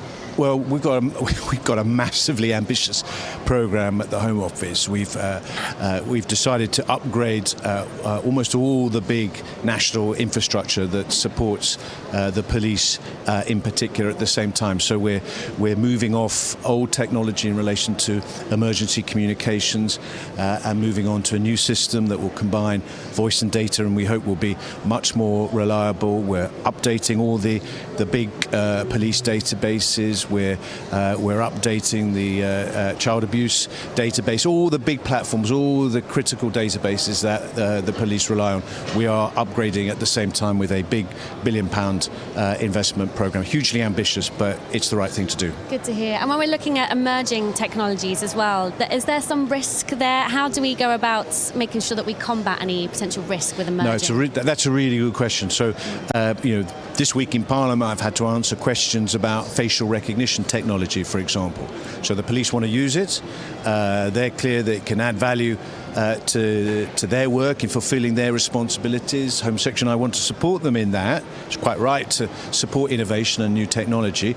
But we've got to bring the public with us. We've got to maintain public confidence in the integrity of that process. So how we do that, how we get the checks and balances in there, is something that government has got to lead on, working with the police, because the public have got to have confidence in the way that technology is deployed. We are not a surveillance state. We are not a surveillance nation. We have to take the people with us while making sure that we do everything we can to support the police in particular in using technology, because the reality is the criminals are very smart in how they use technology, and we're ambitious in wanting to be sure that our law enforcement community and our other emergency services have access to the best that technology can offer. Nick Hurd, thank you very much. Thank you.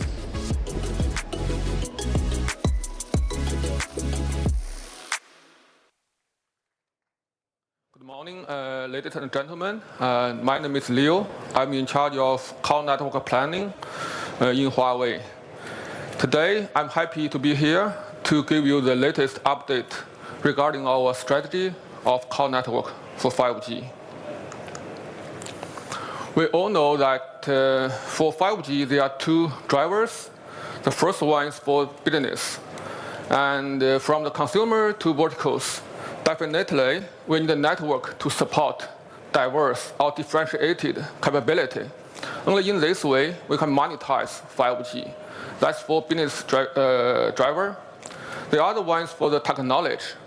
We all know in the past years, there are a lot of new technology in telecom industry, like cloud, edge computing, AI, so on and so forth. And we believe that we need to build up a reliable, agile, and also automated network. Only in this way, we can improve our efficiency in terms of MBB market, and also we can come up with a new feature for the vertical diverse requirements. So, from Huawei point of view, we are redefining 5G cloud network with three key technology pillars. One is for connectivity. That means we are supporting the 2G, 3G, 4G, 5G, simplicity and reliability, connectivity. The second one is for the cloud. It's not only cloud infrastructure, but also cloud native applications. The third one is for the computing. But here I want to stress that we believe that an advantage of telecom carriers is in edge computing. We have to leverage both connectivity and computing. Otherwise, there's no advantage over the OTT. So we believe that we are using these three technology pillars to redefine 5G cloud network to enable our business success. Okay, in the following slides, I will address those three technology pillars one by one. The first one is for the cloud. We all know that in 2012, the industry came up with the idea of NFV, but in the past years, there are a lot of debates saying that NFV is done but not out, something like this. But Huawei is as the industry leader, we have been driving this direction forward. And from day one, we believe that virtualization is not enough. So we came up with the idea like NFC, cloudification, or cloud native functionality. So from this, you can see that, from day one, we already commercialized our cloud EPC with the stateless design, our cloud native design, and commercialized our EPC in more than 170 commercial projects. And also, we believe in the last year, we were introducing the full stack infrastructure, including the NFV orchestration for automation, and also we were synergizing NFV SDN for the networking automation. That means the full stack NFV solution. The third one is now we are doing for 5G cloud network. We are moving the microservice and the container technology. In this way, we believe we can fulfill the further automation. And also, we believe that the cloud technology can bring a lot of benefits to the telco industry.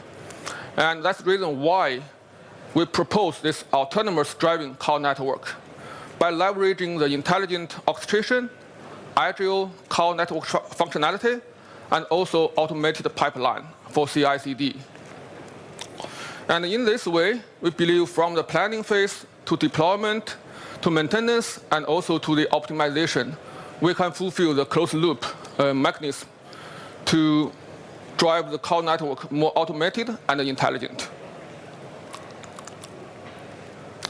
Second one is for the connectivity.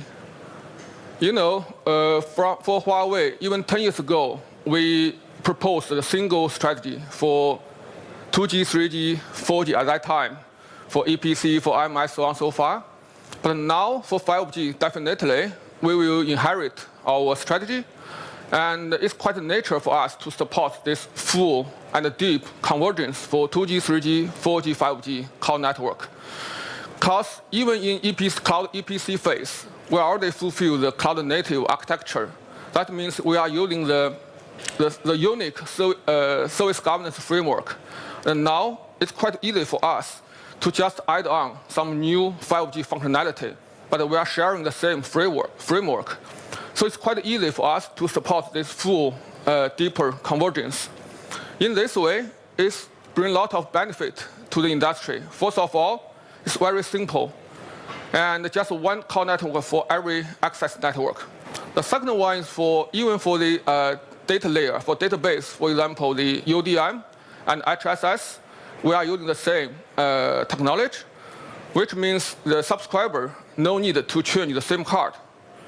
So it's easier for the operator to develop the 5G users. The third one is for the seamless experience. That means we can dynamically share the resource between 2G, 3G, 4G, and 5G.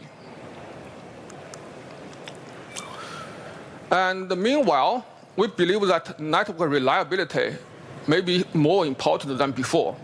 As the panel just discussed, there may be a lot of intention to verticals. And for vertical markets, the reliability, we believe, is much more important than MBB market. So in this way, first of all, we are leveraging the cloud computing technology. We can fulfill the second level, scale in, scale out, without any service interruption, to cope with the maybe 10 times or even 100 times connectivity density. On the other hand, we are inheriting what we have done in the past years, like signaling storm.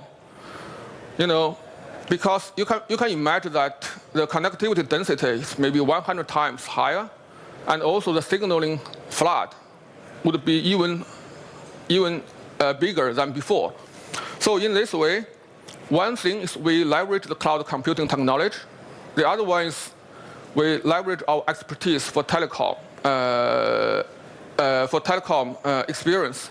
For example, we can support 64 times signaling flood, but we can still keep 90% capacity, which is much higher than industrial average.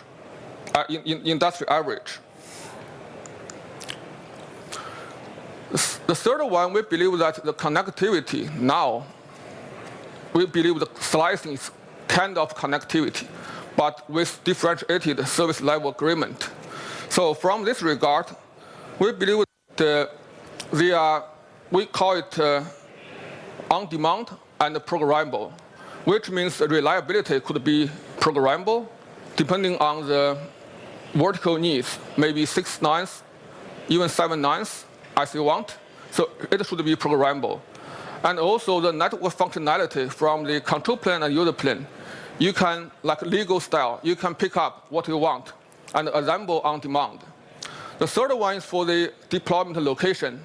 According to the latency requirements, like edge computing, you can deploy the user plane closer to the end user for the shorter latency. The last but not least is for the dynamic slicing. And we believe that later on, we want to fulfill it's like a template. You can just drag and drop and create a network slicing and automated the network slicing deployment to fulfill this dynamic network slicing. The last one is regarding the computing. Again, I want to stress edge computing. So I think the operator has a lot of advantage compared with OTT because they have the edge sites, and also they have connectivity advantage. So we believe that only if you take connectivity and edge computing together, you can bring much more benefits to the vertical players. So in terms of the connectivity, we believe, in release 14, Huawei drove the CUPS, the CUPS solution. And we are the pioneer for this CUPS solution deployment. And currently, we have already commercialized more than 15 CUPS network. And we believe that later on for the connectivity, it would be much closer to the end user than before, which means maybe we have 10 to 100 times edge size user plane than before. And in this regard, we believe the plug-and-play user plane is very important. So from day one, for our CUPS solution, we are aiming to fulfill this plug-and-play user plane. The second one is for the open platform.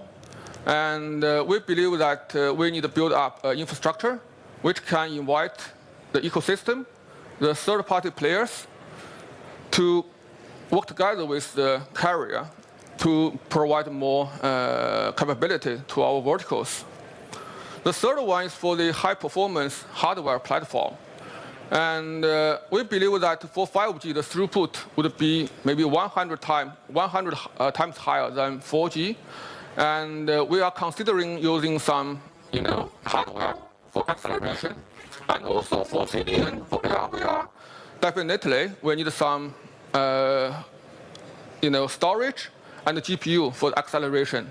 And we believe that this heterogeneous high-performance platform is very necessary for this edge computing to improve the space and the power consumption efficiency.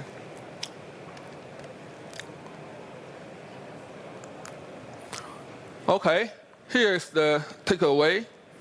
And again, we have these 3 technology pillars: the cloud, for the cloud-native application, autonomous driving framework infrastructure, and also for the connectivity.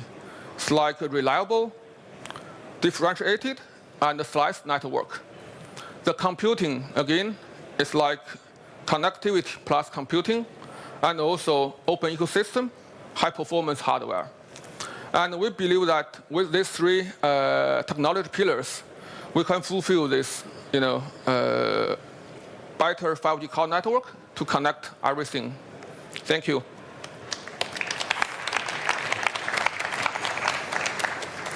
Thank you very much, Lee. I did have a quick question on that. So, fascinating future coming to the core network, and network slicing is obviously key to that. You're obviously well into that. But could you give us any indication of when that's going to be live in the market? I know it's taking a lot of work and there's standardization that has to be done, but you're in a good position to know. Yeah, very, very good question. Everybody's talking about the slicing. From our point of view, it's end-to-end concept. it's not that easy because you have to consider the car network, the transport network, and also the radio network. Currently, I would say the standardization is still ongoing. In Release 16, we are talking about the TSN, time-sensitive network, to guarantee the bandwidth and the latency. But meanwhile, as a pioneer, we believe that car network is the first step because anyway, we can define the reliability, the functionality, like maybe for some functionality, you don't need a mobility management, for example, for FWA. The mobility management is not necessary. And also, we can put the user plane on demand for shorter latency. So that's what we can do today. So for car network, we can do something. But meanwhile, we are working together with other players to standardize the end-to-end slicing concept. And also something like automation, like how to define the template is still ongoing. It's not either way. Okay. Fantastic, Leo. Thank you again. Thank you. Thank you. Thanks very much. Very interesting. Thank you. Right. So we are now at a break.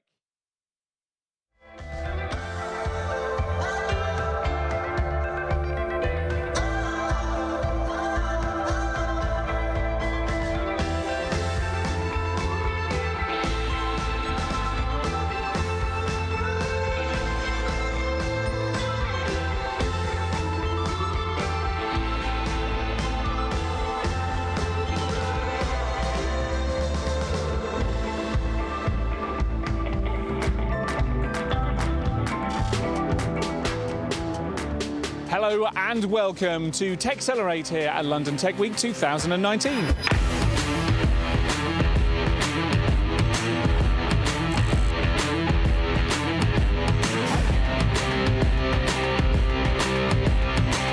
TechCelerate is the flagship event of London Tech Week, and it brings together the people and the technologies that are driving transformation and helping to shape lives and society. London has a very important place to play in the future of artificial intelligence. This is a huge event this year. It's the biggest one so far for London Tech Week, and 55,000 people involved. But in this very building at the Excel, we have 25,000 people in attendance, which is huge. It's always a great show. Everybody coming together, trying to figure out where is this market going. Here you've got people with exciting ideas from incredible varieties of walks of life. It's amazing. It's a really fantastic show. I would highly recommend it. It's really an opportunity to explore new ways of doing things and to learn from each other. We have had such a great first day for TechCelerate. Make sure to join us again on day 2 when doors open nice and early.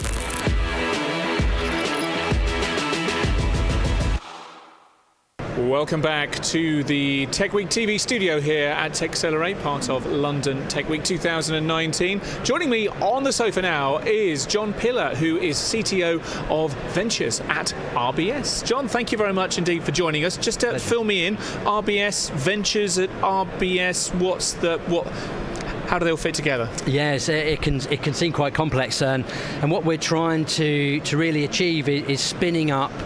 It's kind of like entrepreneurship. So we're spinning up a whole series of new startups, new ventures, as we call them, to really kind of tackle some of the problems we see our customers having around the small and medium-sized business space. So rather than trying to tackle some of these challenges in the core, we've decided to come outside and create our own ecosystem and really accelerate at pace of solving a lot of problems that we find out there. We see that as a challenge time and time again, particularly with large organisations, the difficulty they have with innovating, and whether it's entrepreneurship or just buying lots and lots of startups. That seems to be the way that they fight their way out of that and try and create, I guess, light that spark of creativity. How long has Ventures been going around for? Around about 2 years now. Okay, and it's working all right so far? Yeah, so very good actually. We've got 7 ventures, 7 startups that are out of stealth. They're actually got real good customer base, product market fit,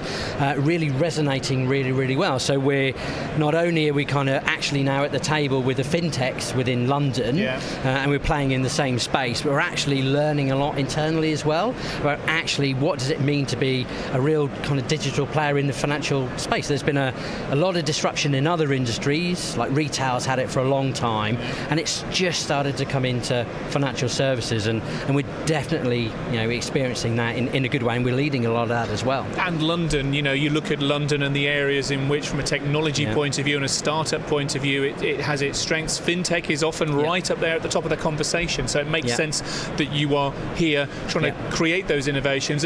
You mentioned 7 startups within your organisation. What sort of areas are they working in? What sort of technologies are they working on, and what sort of benefits are they bringing ultimately to your customers? So we have a mix of different use cases. So we have Metal, which is I suppose it is a new challenger bank, so it's a bank within a bank, and it's, again, all of these are focused around small and medium-sized businesses. But the proposition behind Metal is you can create a business account in 5 minutes remotely, whereas before you'd have to have a lot of paperwork, trape that into your branch, fill in a load of forms, wait a couple of weeks, and then you can set up your business account. Now, pretty much instantaneous. It is that now generation that we're looking to kind of serve. So that's one example. And sorry, I know I asked you about examples. I'm just going to pick up on that first one. So, I mean, what is the hope there? Because you look at you look at the telecommunications industry, and you see Telefonica and O2, and then giffgaff was one of their self-disruptive propositions. That still exists as a separate brand, very, very popular brand, of course. Is there a vision yet for what you guys hope to do, using Metal as an example there, whether that would stay as its own brand or ultimately get folded into RBS? So I think at the moment it's very much its own brand. So we really want to compete with the likes of Tide and Monzo's that are kind of operating in this space. And you get a lot of safety and security with the brands such as NatWest and RBS, which is really good from there. But what we really want to be able to do is really kind of test and learn a lot quicker, and maintaining a brand identity, learning about what does it take to build its own brand, and actually have that product market fit without the assumptions of a big organisation really, really helps us. So, it's growing really well. We've got a really good customer base now. Who knows, right? Success. I don't think it will move back into the bank. I think what actually we would like it to happen is the osmosis. So we kind of disrupt ourselves, so we can naturally bring our customer base over to something that's a lot more poignant and relevant for them, for what they're trying to achieve right now. And as you look around the show floor here, we've got technologies like blockchain taking centre stage, lots of AI, machine learning, immersive reality technologies. Which of those have you found that you are investing in and experimenting in through your ventures, and which of those you haven't found a home for yet? So we always keep an eye on technology. So we do some R&D around blockchain as an example. But out of the 7 ventures, not one of them utilises blockchain. There's not really an end customer. The end customer doesn't understand it, doesn't know what it is. So to solve some of their challenges, there's no rationale to kind of put that in unless there's actually a good tie-up. But we do heavily invest in AI and machine learning. So we've got Esme, which is one of our alternate lenders. We've got a neural net behind the scenes that actually works out in real time whether you can get a loan or not. So again, it's shorting down the time needed. So within within an hour, you can actually get a small business loan. Again, traditionally, paperwork and big processes, all this kind of thing. But really start to leverage the power of AI and machine learning to really help the customer just get something immediate. So it's interesting you talk about blockchain there, because obviously consumer, maybe business awareness to a certain extent of blockchain comes off the back of Bitcoin. We all know we all know by now it's much larger than that. But again, typically when we talk about use cases for distributed ledger technology, we kind of think of financial services and supply chains, perhaps, where you're sharing personal identifiable information, corporate crown jewels among different institutions. That they're the main areas where blockchain could possibly provide some value. So it interests me how that's not a technology that you've managed to plug in yet. So obviously a distributed ledger is a very interesting proposition. We've got some not blockchain-based technology, but some equal kind of bleeding-edge technology around our ledger base. But the thing I think for me personally around blockchain is, so one of our ventures is called Path, and that's a legal and regulatory compliance business. So it's got nothing to do with kind of FS. But if you think about blockchain, there's potential there because it's regulatory, because there's PII data, that as it starts to scale, that could be a really good contender for the use of that technology. But actually just saying, we need a brand new ledger because we've built a brand new business, so therefore we're going to automatically pick blockchain, doesn't make sense really. There's really got to be a good kind of use case, customer-driven use case to apply technology. As you walk around the show floor here, is there anything that's caught your eye, or any particular areas where you think, you know what, in the next couple of years or next few months, depending on how agile you guys are there, we're going to start to see more of this technology that we see really adding value to our business and to our customers? I think there's a lot of shift, especially at this conference, between, I suppose, what used to be called big data and societal, economic, and I think there's a great opportunity for UK and France to work together on AI. I was in Paris only a couple of weeks ago at a British Embassy event in Paris talking about AI, diversity and women and what's happening in France. There's a lot going on in France, what's happening here, and how we can join forces to really get that issue right. So I look forward to us, both of our countries doing more together going forward. And pleasure to have you here. Thank you so much. Great. Well, welcome to the Implement stage. If you have arrived, I'm Sue Daly. I'm Associate Director for Technology and Innovation at Tech UK, and I'm your host for this morning, or your chair, your compere, whatever you like to call it. It's a pleasure to have you all with us. Our next speaker, if he's ready, I think he's at the back, is Graham Kellen. He's Chief Digital Officer for Schroders and Chair of the Velocity Advisory Panel, which I'm sure you'll tell us about. He's globally responsible for innovation, fintech, robotics, AI, machine learning, digital transformation. My goodness, what else? Graham has worked with health sciences, fintech, financial services, science research. So really a broad overview of different sectors and how technologies are transforming different sectors. Studied electrical engineering at Brookes University, Oxford, and has an MBA. Can we please invite Graham to the stage?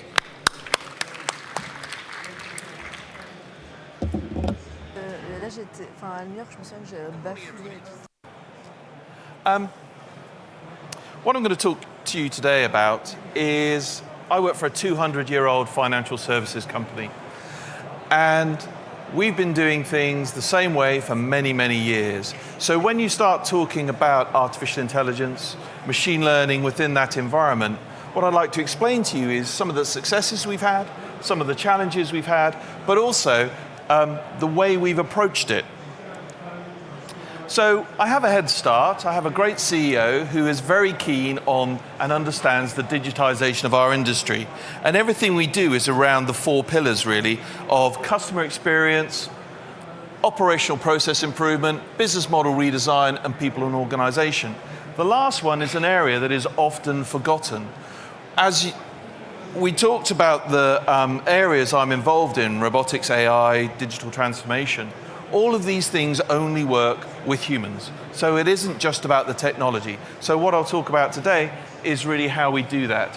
What is important is those enablers, analytics and data science, fintech and innovation, and understanding and making sense, cutting through the hype of those emerging technologies.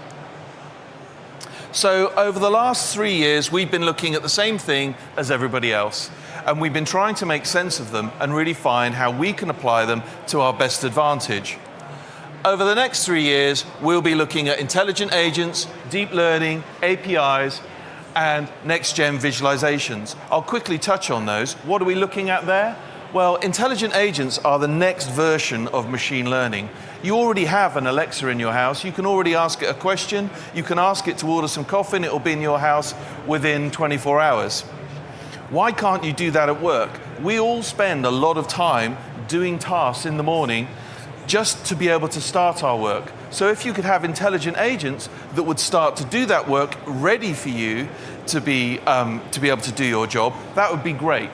The other thing I'll quickly touch on is the next-gen visualization.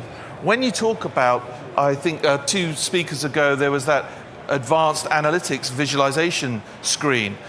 Well, 2 dimensions aren't enough anymore. You really need 3 dimensions to be able to visualize things properly. And we're starting to look at how you can leverage virtual reality and being able to pivot that data. When you're looking at a cluster, you need that extra dimension to see what the true depth of that cluster is. We started our journey 3 years ago looking at robotics. We implemented robotics, and on that journey, we've been very successful. Now, robotics is a tool that helps you deliver a level of automation which directly replaces a manual activity. Most robotics platforms are not actually that intelligent. They don't yet have that intelligent workflow capability built in. But it's worth pointing out that we started there because it's a really important part of the journey.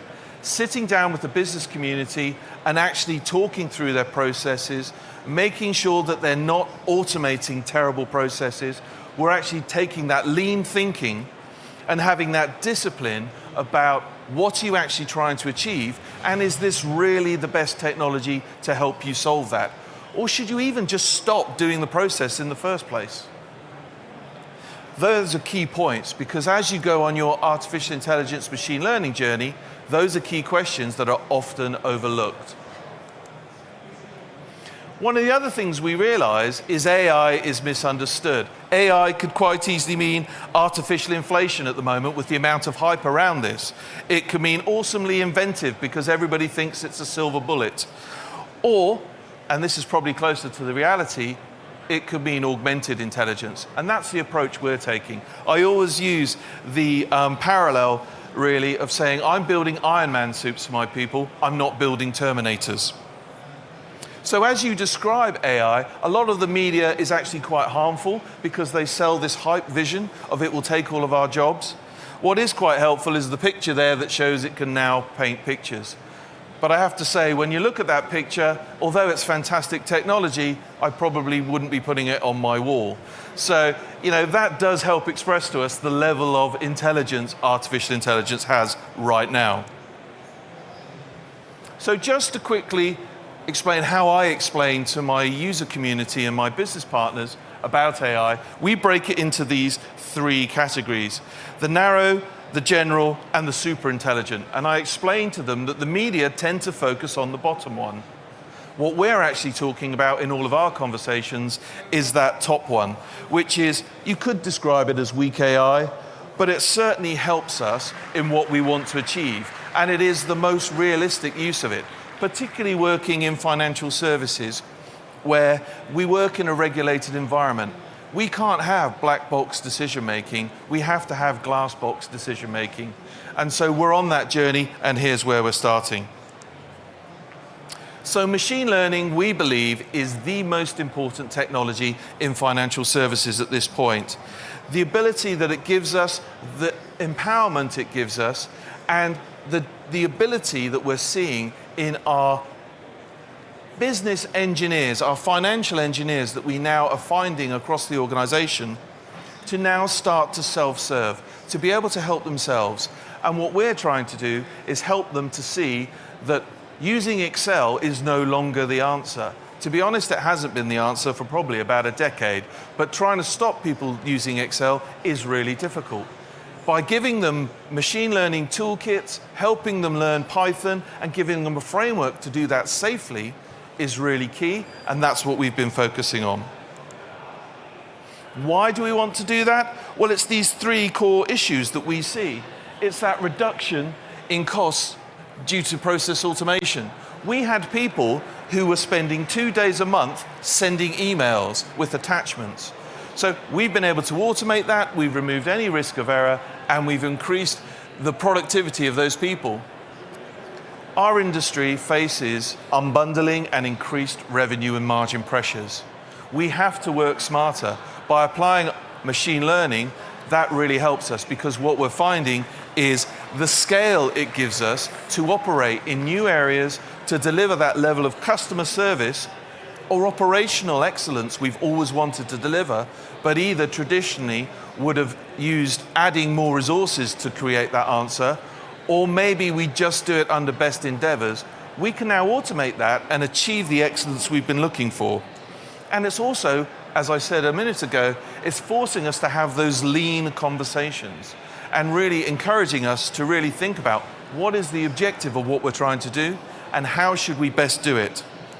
And then finally, and this is really key if anybody's here from a regulator, it gives us that real-time compliance. So as close to real-time as we can get.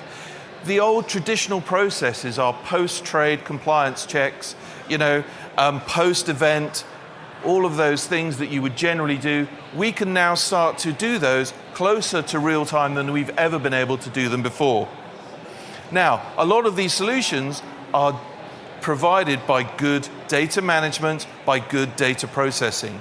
But where those gaps are, or where there would previously had to be a manual intervention, we are seriously applying machine learning and robotics. So we tend to focus, just going back to the types, we tend to focus on the unsupervised and supervised learning. We think those are currently really where we're finding the most application, where most people can understand what it's doing, and you have that ability to interrogate how the decisions were made and the processes behind it. Most of our focus of actually applying it is very much in the algorithmic space, adopting natural language generation and natural language processing. The reason I use the Pac-Man analogy there is because everybody gets very excited about this, and they start going like the Pac-Man going around sorry, this is a generational thing, hopefully you're with me. They start going around the grid chasing the sort of machine learning pills, and then very suddenly they hit the data quality issue, the data management issue, and then suddenly they start retreating very fast, trying to find that power pill, which we're all yet to find, let's be honest. You can't beat having good data. You can't beat having organized data. It is the rocket fuel for machine learning and AI. Natural language generation is becoming something that's really quite key for us. If you can imagine a scenario where you have a data visualization that you have to look at every day, it could be a report, it could be a set of data to know if something's happened. If you could apply natural language generation to be able to analyze that using NLP and then give people an indicator of what they need to focus on that day, it's those small operational increments in efficiency that are really interesting. Not to mention the client service gains you get by being able to demystify and communicate large volumes of financial data by giving them some bullet points that have been generated real time.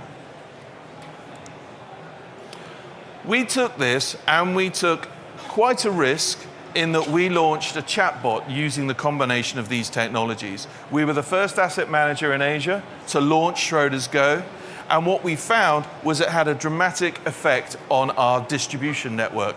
Suddenly, they were able to not bother our client service people. They didn't have to take the time out of their day to make a phone call or send an email. Just using a simple Facebook Messenger interface, they could actually ask questions about our funds, how those funds are performing, and we took the step in a collaborative way to actually allow them to interrogate everybody's funds. So we created an open chatbot that allowed people to ask how their investments were doing.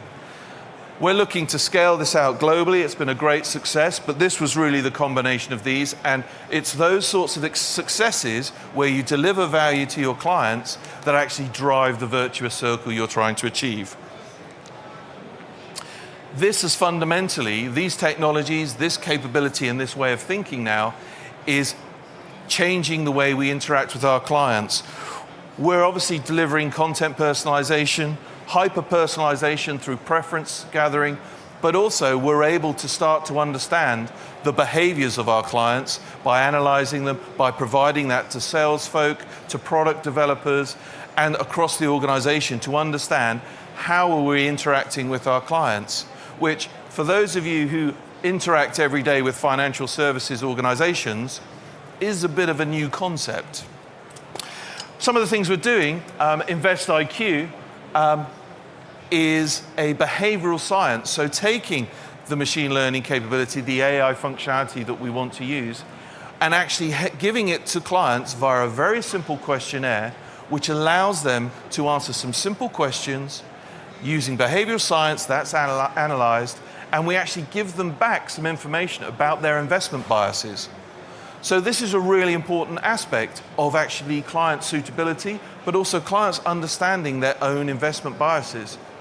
I may think I'm a risk taker in terms of my investments, or I may think I'm a very sort of steady investor. But actually, by looking at my actual behavioral biases, you can find out more about yourself, and that makes the advice conversation and the conversation with the client who's more informed about their own personality much more meaningful, and it makes suitability much easier to understand. So Where did really this all start? Well, we started several years ago by creating provide data science research capability, because obviously not everybody, and certainly not everybody 3 years ago, understood these technologies, understood how they could work and what the benefit was. So by being able to provide that capability on demand was really helpful.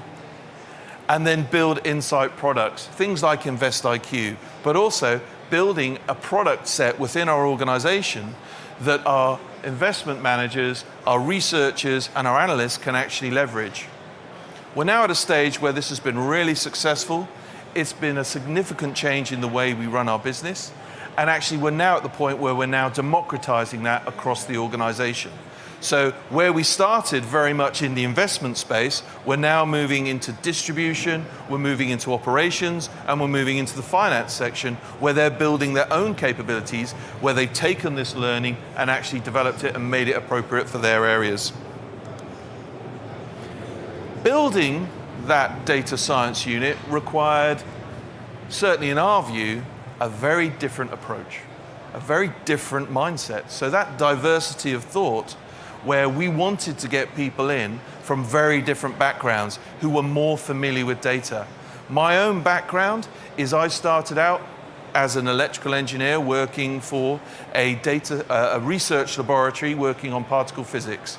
I worked in the late 80s on gathering data at large scale that became part of a CERN experiment and trying to analyze that. So data science practices in other industries have been around for a very long time. And so what we decided to do was we would decided to leverage that and take that expert approach and bring those skills in rather than take the time which we felt would miss an opportunity for us to just develop them in-house. So we've taken a hybrid approach, but we brought in those experts. So as you can see, we had people from Formula One, clinical psychology, all sorts of areas were really useful. And how do we use it? So I've got some slides here just to show you some of the examples of what we're using. So what we're looking at here is when you're making a stock selection, you obviously look at the market fundamentals, you look at all the publicly available, easy to digest information.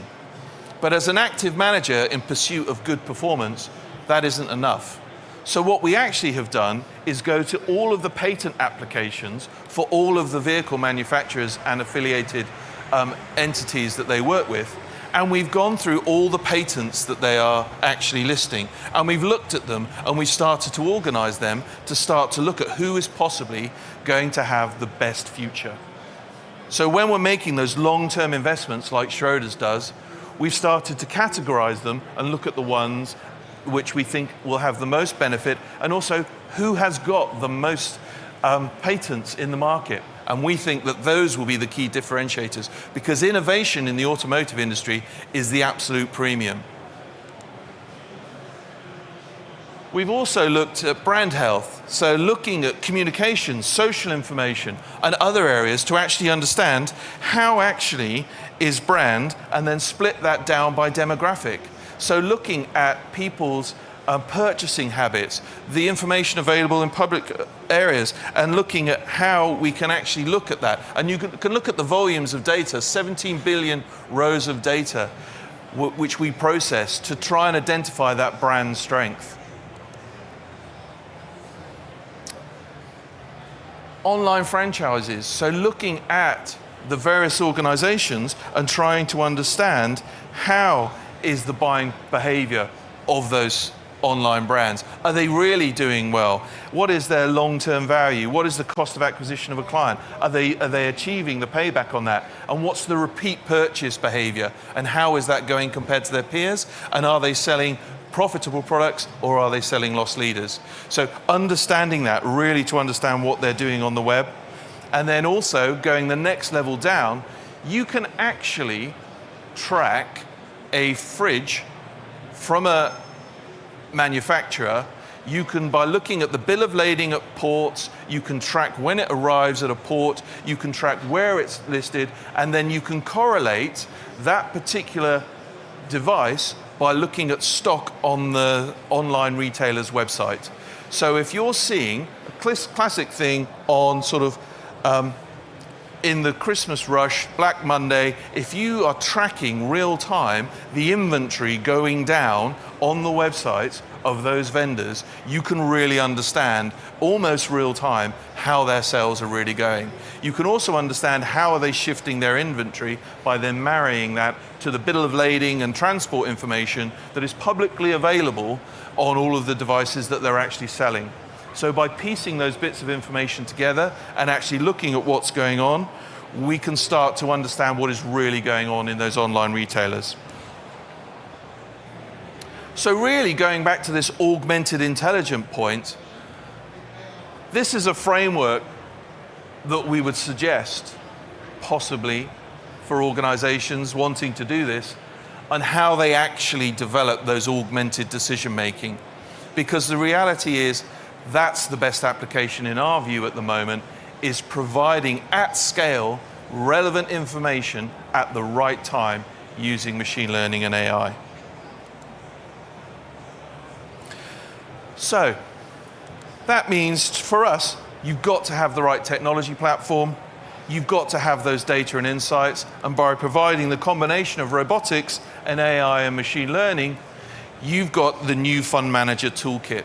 So in finance, this to us is the blueprint.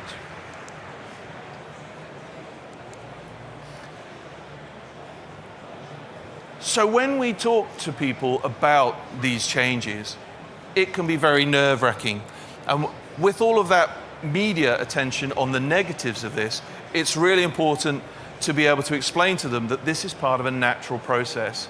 And one of the analogies I use is if you look at those pictures, each of those people is a cell on a spreadsheet. If you look back when that industrial revolution happened, of the advent of the computer, people still have jobs. The jobs are different, but the world is constantly changing. And when you look at the modern environment, it's no longer about the computer, it's about the application. When you go to a modern working environment, often you're now wondering, where are the computers? So for us, what we ask the question, and this is a question I sort of asked to you, is which would you trust most out of these today? And I have to tell you, they all exist. But do you trust them? Well, maybe not so much. But in 10 years' time, you probably will. The other question I would ask you is when you're talking about the application of artificial intelligence and machine learning, and you've got somebody who is maybe not, or maybe concerned about it, or has read the negative media, you should ask them these questions. Ask them generally, do they think AI will disrupt their role? Do they feel that their organization, specifically maybe their manager, has the skills to bring that in to their organization, to actually bring it into their team and leverage it? If their role, and this will be an edge case, but it's an interesting question, would be replaced by AI, would they be retrained? Are they interested in being retrained? Do they feel they have the skills to tackle that? And would they rather leave or retrain? Those are genuine questions that over the next 5 to 10 years people are facing. And I think we should start asking ourselves them now and really thinking about it. And what we're doing to help people in our business is providing digital skills program. So we don't want people to face those challenges. We don't want them to leave. We want them to feel that they retrain, or even we help them on that journey so it doesn't even feel like retraining. So we're trying to build their digital competence, and we're trying to help them with foundational learning capabilities, which is available to everybody, giving them electives for areas they'd like to specialize in, and also then if they're actually wanting to help drive the change. And what was quite interesting, when we were applying robotics, we started in Singapore in Asia. And what we found was that as we were working with people, understanding their processes, they got really interested in actually developing the robot to actually do the task. And to be honest, they were best placed. They understood how it really worked. And they could make those on-the-fly improvement decisions, which were really quite key. And we found that many of them had latent computer capabilities. Some of them had computer science degrees that they just weren't leveraging in their everyday life. And it's quite interesting to see how people blossom when they're presented with these opportunities. So I think that was a really key lesson for us. And so some of them are now becoming masters of actually going into other departments and actually helping them apply robotics and machine learning to their areas. So we at Schroders see this as a competitive opportunity for us. We think it's a great way of really differentiating ourselves in the marketplace. We think that we should exploit this as much as possible to our advantage. And we think that having this holistic, humanistic approach to this, where we're equally as concerned about the skills, the proper application and the technology, we think gives us an edge. And I urge all of you to consider it in that round. And I certainly think it is the future of fund management. I'll leave you with one last point, is it really is about enabling people, not making them purely rely on artificial intelligence. As you will see, there was a story in the metro today about a van that got stuck down a lane. It happens all the time. We don't want people treating AI like their sat-nav. We want it to actually augment what they do. Thank you very much.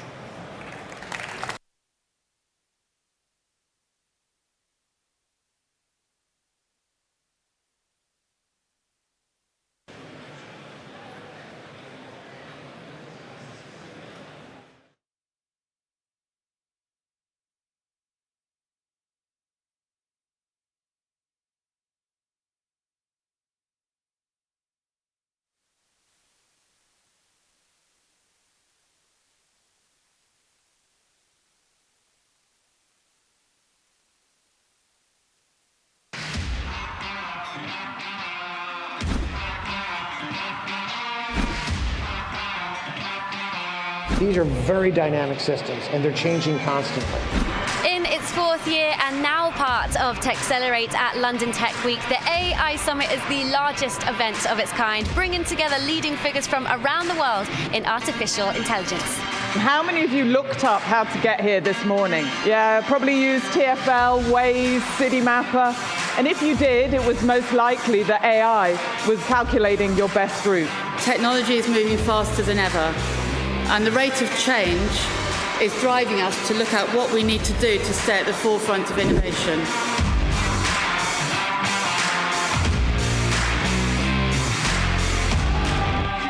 AI Summit. Where else would you find that many companies under one roof? Lots of information to take on board and take it back to my company. I really want to understand what is the latest trends of AI. This is a very good place to actually understand what is coming up new. I'm looking forward to all the innovation that is going to come in the years ahead. Because it's such a fast-moving environment, you've got to keep in touch with what's going on.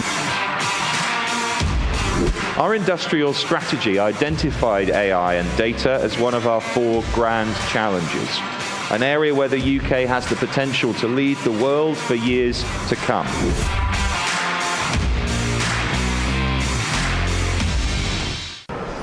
We're back here in the Tech Week TV studio here at TechCelerate, part of London Tech Week 2019. And we're going to continue our AI Summit conversations today. And I'm joined on the sofa by Thur Iskra, who is VP for Business Development in Europe for Appen. Thur, thank you very much indeed for joining us. How's it going? It's going very well, thank you. Thanks for the invitation. No, you're very welcome. Be here. Thank you for coming to join us. And I'd love you to tell me more about what Appen is and what it does for its customers. Well, so Appen is a company that's been around for over 20 years. We collect and label data. Data that is used to power artificial intelligence technology. We do it for companies that develop this technology or companies that use this technology. So you collect, label, annotate data to make sure that the data that gets fed into machine learning systems, artificial intelligence systems, it's good quality data. Absolutely. High quality is very important. Yes. We do that using humans because we believe that this is what is delivering highest quality. Interesting. So getting rid of the AIs, getting rid of the machines, or feeding the machines with quality data from humans, and you believe that humans are the best way of cleaning that data, of making sure that data is trustworthy before it goes into your client systems? Well, so in order to make the machine learning work well, in order to make the technology work well, you need this human factor. So you need to teach the machines to do things the way that humans would do them. That's the idea behind it. So what kind of sectors do you operate in, and who typically would your clients be? Well, our clients come from all sectors. When we look at the biggest clients, they are from the high tech, but we also work with automotive. We work with e-commerce. We work with government. We're currently moving more into the financial services, into healthcare and manufacturing. There's a few concerns in some of these markets around things like data privacy issues, and there's some regulatory concerns. But as a company, we also have solutions for those. So we can provide things like on-site services, where we bring in people to work on customers' sites. We can provide on-premise installations of the software. And we do have secure facilities where we can deal with data in a secure way. And of course, when we're talking about machine learning, artificial intelligence, and feeding those systems with data sets from them to learn, one of the challenges surely there is scale. The fact that there may be an awful lot of figures, particularly when you're looking at financial services data to feed into those systems. So how do you scale to be able to supply those customers with the volume of data cleansing that they need? Yeah. Well, we're used to ramping up quickly and scaling up quickly. We have a crowd of 1 million workers around the world. Yeah, it is quite an impressive number. Across a large number of languages, over 180 languages, I believe. Wow. Pretty much all the languages covered there. Absolutely. And yeah, whenever we have a new project, we just call on these people and ask them to support us. And if we are short of people, we just go and recruit some additional ones. It sounds like you've got a human cloud there, doesn't it? All the benefits that we talk about in terms of cloud computing, about the ability to be elastic and to scale very, very quickly, is what you've got with your fleet of humans. I think this is a very nice way of putting it. Thank you. You are welcome to that one. You can keep that. So in terms of the bigger AI picture outside of what Appen does, or obviously part of it as well, what are the biggest challenges that you see? And we've spoken, I think, to data and the quality of data, that garbage in, garbage out, as we've said in IT for years. Are there any other challenges that you see in terms of broader value coming from artificial intelligence implementations? Absolutely. I think, obviously AI has been a big buzzword in the last few years, and we do see that most companies are trying to get into it because they feel that this is the space that they need to be, and it gives them competitive advantage. But what we also note is that one of the challenges is having a clear AI strategy. So instead of thinking like this is where I need to be, they should really break this into pieces, identify a problem, set a goal, set a clear path how to achieve this goal, start with a proof of concept, start small, prove that this is working, and then move into production. Another challenge which I think many companies face is having executive buy-in. So, it's good to have bottom-up initiatives, but if you don't have executives supporting you, it's going to be very hard to move it to the production stage. Particularly as you want these to be long-term projects, not tactical interventions. And then obviously data, as you mentioned initially, is one of the big challenges as well. So many companies have their own data these days, but they should be looking at what is the state of this data? Is it sufficient? Is it good enough? Do they need any extra layers? Do they need the labeling? Is this something that they can do in-house? Do they have the expertise to do it, or is it better to outsource it? So not just in strategy for AI in general, but also for data, which is supposed to power AI. What's next for Appen, Dorota? So Appen acquired Figure 8 recently, and we are very excited about it. It gives us the best-of-breed combination of a platform that comes from Figure 8 and managed services, which is something that Appen has been providing for over 20 years. And we're going to keep delivering on scale, quality, security, and speed, as this is what our customers expect us to do. So please stay tuned for further developments. Brilliant. Well, listen, thank you very much indeed for joining us here in the studio today. Have a great rest of London Tech Week and TechCelerate. Thank you very much. Thank you. Thank you.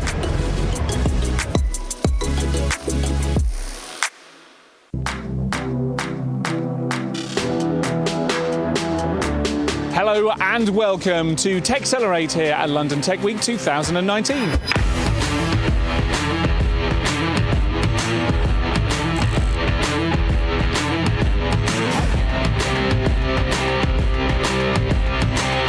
TechCelerate is the flagship event of London Tech Week, and it brings together the people and the technologies that are driving transformation and helping to shape lives and society. London has a very important place to play in the future of artificial intelligence. This is a huge event this year. It's the biggest one so far for London Tech Week. And 55,000 people involved. But in this very building at the Excel, we have 25,000 people in attendance, which is huge. It's always a great show. Everybody coming together, trying to figure out where is this market going. Here you've got people with exciting ideas from incredible varieties of walks of life. It's amazing. It's a really fantastic show. I would highly recommend it. It's really to explore new ways of doing things and to learn from each other. We have had such a great first day for TechCelerate. Make sure to join us again on day 2 when doors open nice and early.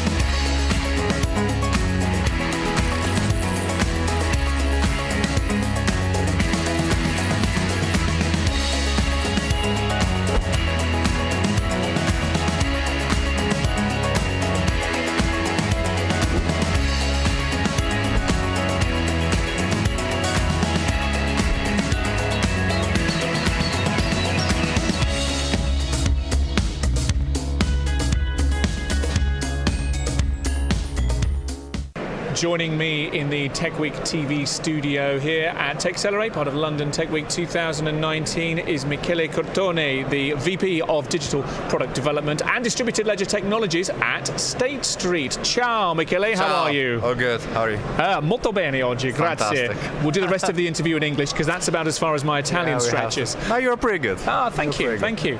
So, you are speaking here at TechCelerate today as part of the Blockchain for Business thread on different deployment models of blockchain, whether it's private, whether it's public, whether it's hybrid, whatever that is.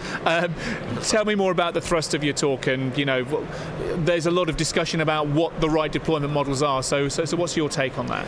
Right, I think coming from working for a bank, I think the use case really defines what technology you're going to be using for, right?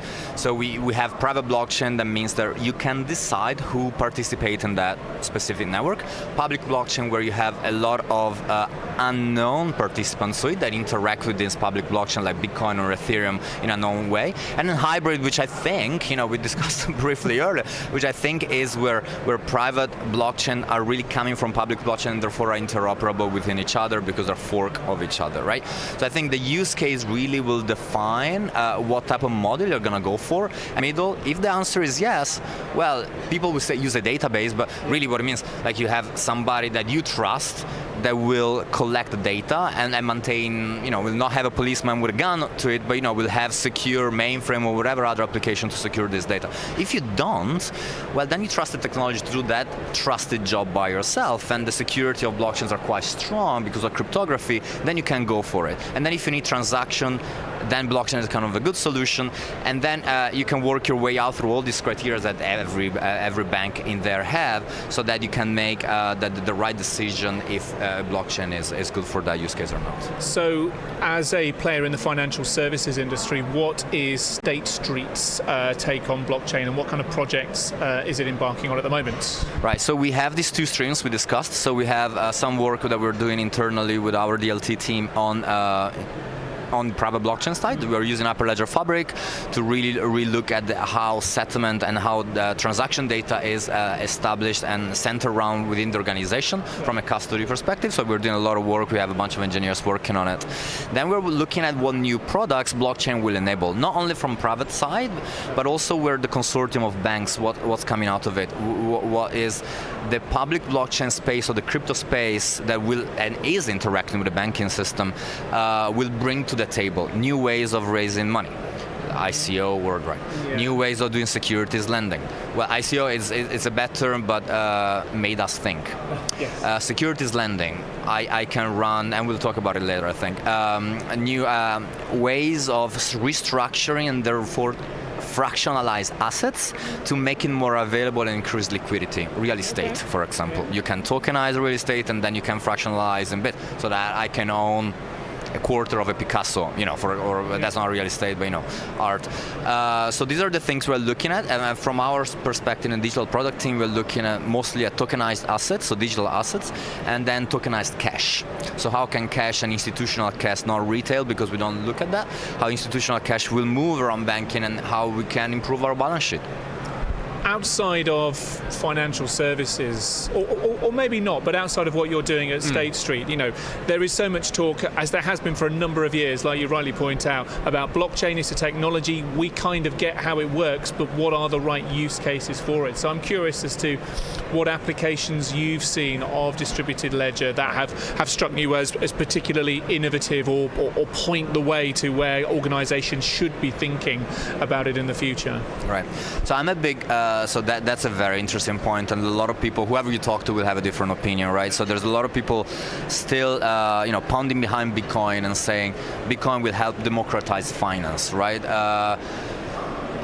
Not for me to judge them, but my view and what I really like is this concept of decentralized finance. A lot of people will tell you it's a silly concept, but I tried and played around with some of these applications. For example, you create communities that work open source, and these might be nerds, right? But most of the time these are people that then start moving real money and then create, for example, lending and borrowing markets with no central authority designing interest rates. No central authority. If you lose money, it's lost. Well, you're a nerd. You're going to make sure that you make it safe. You're your own bank, but you're playing with this decentralized organization that is really fascinating.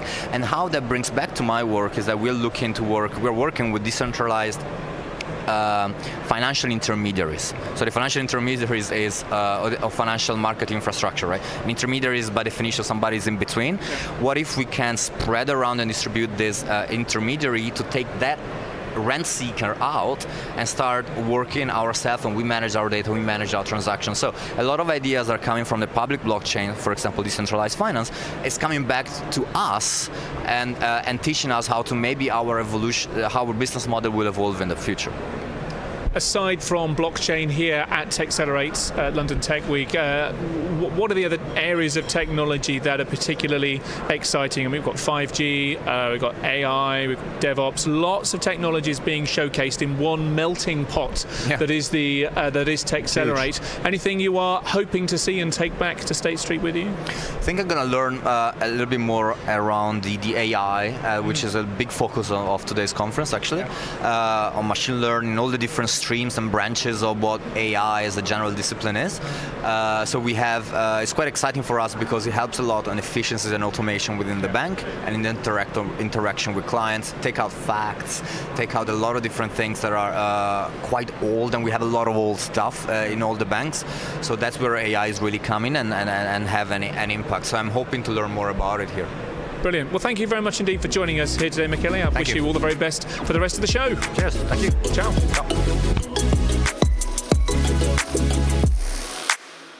This show is very good place to tell our customer how to use our 5G network and how to show to deploy our 5G network, not only to the operator, but also to the vertical industry as well. I think this is a wonderful event, not only for the Europe customer, but also for the whole customer around the world to come to here to show their innovation point and also including the innovation products, service, and solutions here. So I think it's a very good place to show our innovation idea and exchange our ideas.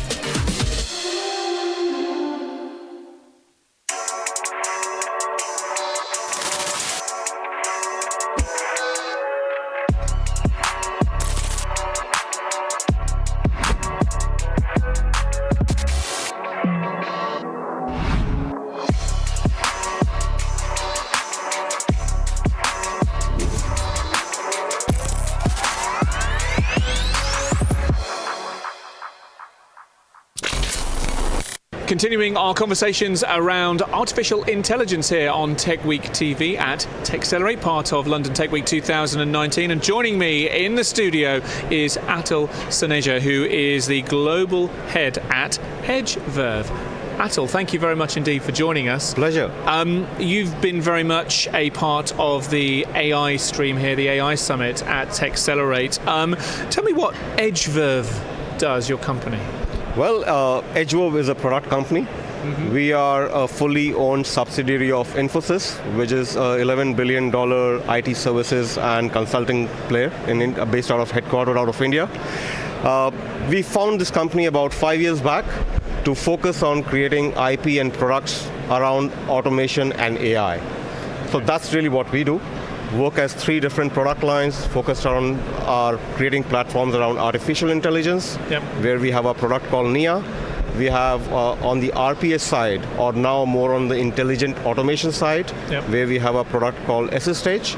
And now we have started creating a suite of business solutions, business apps, which are AI-enabled industry-specific solutions that we are taking to the market. That's what we do. So EdgeVerve very, very much at the heart of AI in terms of what it does. You're presenting here at TechCelerate this week. What's the theme of your talk?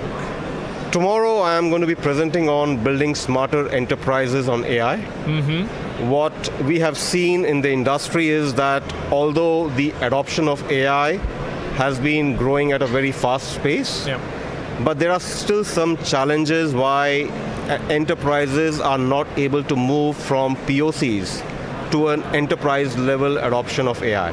Right. Now, based on more than 200 odd engagements that we have done on AI with our customers, we have certain recommendations that enterprises can take to actually fast track their progress, either in initiating their AI journeys or in accelerating them. So that's what I'm speaking about tomorrow. And we hear time and time again, don't we, particularly with emerging technologies, whether it's artificial intelligence or whether it's distributed ledger technologies, where organizations, where a CTO or whoever says, brilliant, we need some AI in our company, we need some blockchain in our company, do a proof of concept. And naturally, there's a very, very high failure rate. 95% of blockchain POCs fail for various reasons. So what are your observations then, and what is your advice, without wanting to steal your company's IP, obviously, to help organizations who are looking at embarking on an AI journey to make sure those POCs do land and that they are ultimately able to return some value to the company? Right. So what we have seen is that POCs don't fail. POCs themselves are successful. But when you start expanding the scope of POC and trying to make it more of an enterprise-wide adoption of AI, that's where the challenges start emerging, right? Now, what we see are challenges really around 3 different schemes. One is around the data. We do believe that the availability of golden source of data is still a challenge in most organizations. Add to it the complexity of compliance, regulations, GDPR, etc. The entire time taken to bring AI data to life is a very costly affair, and enterprises take a step back, really taking the journey forward, right? They start slowing it down. The second challenge that we have seen is that the talent ecosystem availability for AI is still very scarce. Capabilities that are required in terms of AI architects, AI designers, UX designers, data scientists, etc. When you have to do a POC, you can do it in-house with one or two of them, but when you have to scale it at an enterprise level, then you need those skills more in quantum that really don't exist in the industry right now. So organizations again start thinking about it again as to what should they do about the availability of skills. Should they really make a tech platform kind of a choice, or should they go about reskilling their own people to make do with the short skills that exist in the market? Well, we look forward to that very much indeed. Atul, before we go, just tell me what you've made of this year's show so far. Obviously, AI is a big part of it here, but lots of other technologies here too that I'm sure you must find very interesting. Yeah, I mean, I think it's a phenomenal event, number one, right? Just coming into the event today morning, seeing the crowd here, the interest. We have our own booth here, and the amount of interest people have shown coming in and trying to understand how can they build the future of AI in their own organizations has been very interesting. I was walking around the booths around the 5G thing as well. Interesting. A lot of good conversations happening there as well. So a very interesting event. A lot of people interested in the emerging technologies. Excellent event to be in. Lots of opportunities to learn, as indeed I have from you, Atul. Thank you very much indeed for your time. I hope you have a great rest of show. Absolutely. Pleasure. Thank you so much.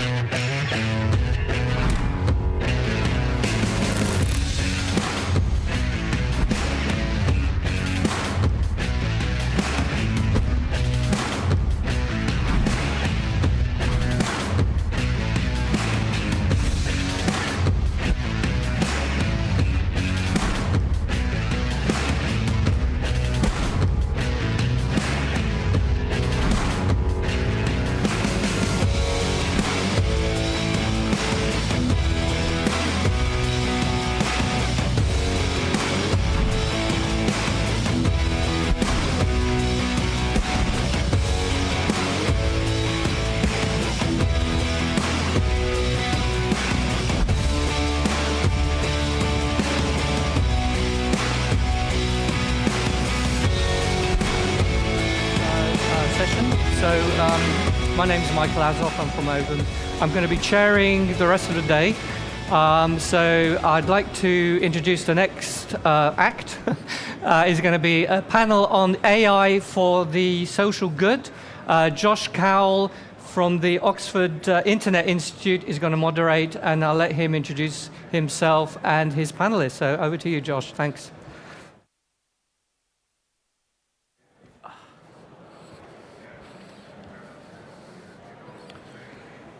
Brilliant. Well, thank you very much all for being here. We have an absolutely fantastic panel today to talk about this slightly nebulous concept of what we mean by AI for social good.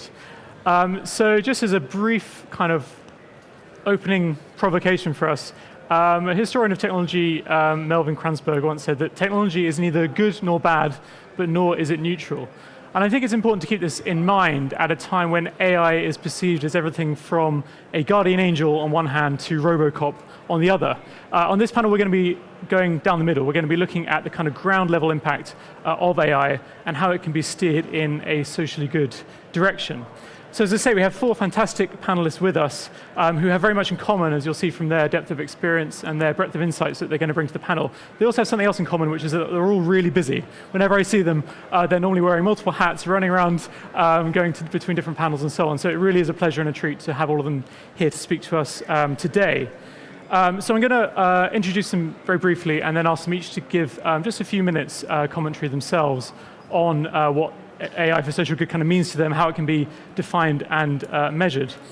But from your left to right, we have Anat El Halal, who is the AI program, who is the head of AI technology at Digital Catapult's Machine Intelligence Garage. We have Maria Exente, who's the AI program director and the AI for Good lead at PricewaterhouseCoopers.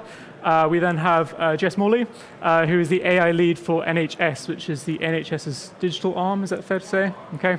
And Louise Paxaresh, who has been instrumental in setting up the UK government's Centre for Data Ethics and Innovation. So to kick us off, Maria, if you had a chance to tell us a little bit, it's been a busy week, I know, a little bit around how, what AI for Good kind of means to you, how it can be defined and measured, and why it's important. Certainly. Should be on, I think. Yeah. Yeah, it's working.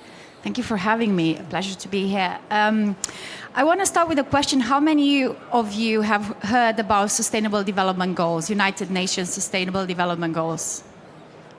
Quite a few of you. Okay. If you haven't, I think you should Google it and look for it, because Sustainable Development Goals are 17 achievable goals set up by United Nations and accepted by 191 countries to be achieved by 2030s. And it's a common language that will help all of us to solve problems quicker, because all those problems have been defined and accepted by us as a society. As just said, I'm a part of PwC, so a big corporation, and we help our clients make sense of what AI is for their business, but also we have a big practice in helping our clients to report against the Sustainable Development Goals, and also help them match the Sustainable Development Goals as the problems with AI as a solution. And in the last few years, we spent quite a bit of time with United Nations, with think tanks, with academia, to actually shape this conversation. What is AI for Good? How should we approach it? What's the role companies, small or large, should play in this space? And we all acknowledge that the problems that are captured in the 17 goals that range from no poverty to achieving smart cities and mental health and equality and fairness are big problems to tackle. And for one organization, even United Nations, or for a group of countries, it's quite a daunting task. And we acknowledge that in order for us to meaningfully and sustainable find solutions to those problems, we have to come together. We have to collaborate. We have to be able to communicate. And most importantly, we have to be able to share. To our surprise, positive surprise, is that there's a lot happening. That there are a lot of problem owners around the world in developed countries and developing economies that are looking to solve the problems under the SDGs with the help of AI. What we are trying to do now is to build a platform where we bring together, on one hand, the problem owners, and we match them with the solution owners. And the solution owner is anyone who has computing power, who has knowledge, who has data, who has skills. And this amazing initiative is called AI Commons and was initiated by Joshua Benjo and Stuart Russell. So we have some of the biggest names in AI helping. And what we are trying to build here is an open collaboration platform where everyone is invited to contribute with their best assets and capability in order to define those problems and then match it with the solutions. And what you will hear later from our fellow panelists is how important ethics and the values that drive us in our life is for AI, and how every AI used for social good or used in the private sector has to be ethical, has to be aligned with the values that drive us as a society. And I think that we have a unique opportunity in time now to be able to come together and bring our best assets to solve the biggest problem humanity has at the moment. Thank you very much, Maria. Plenty of food for thought.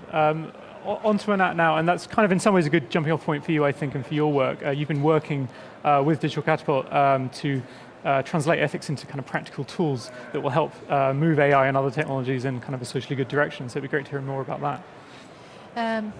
Yes, and thank you for inviting me, Josh. So, hello, I am Anat El-Khalal. I head AI technology at Digital Catapult. Digital Catapult is a neutral, non-for-profit, partially government-funded organization with an aim to help accelerate digital technology into the market.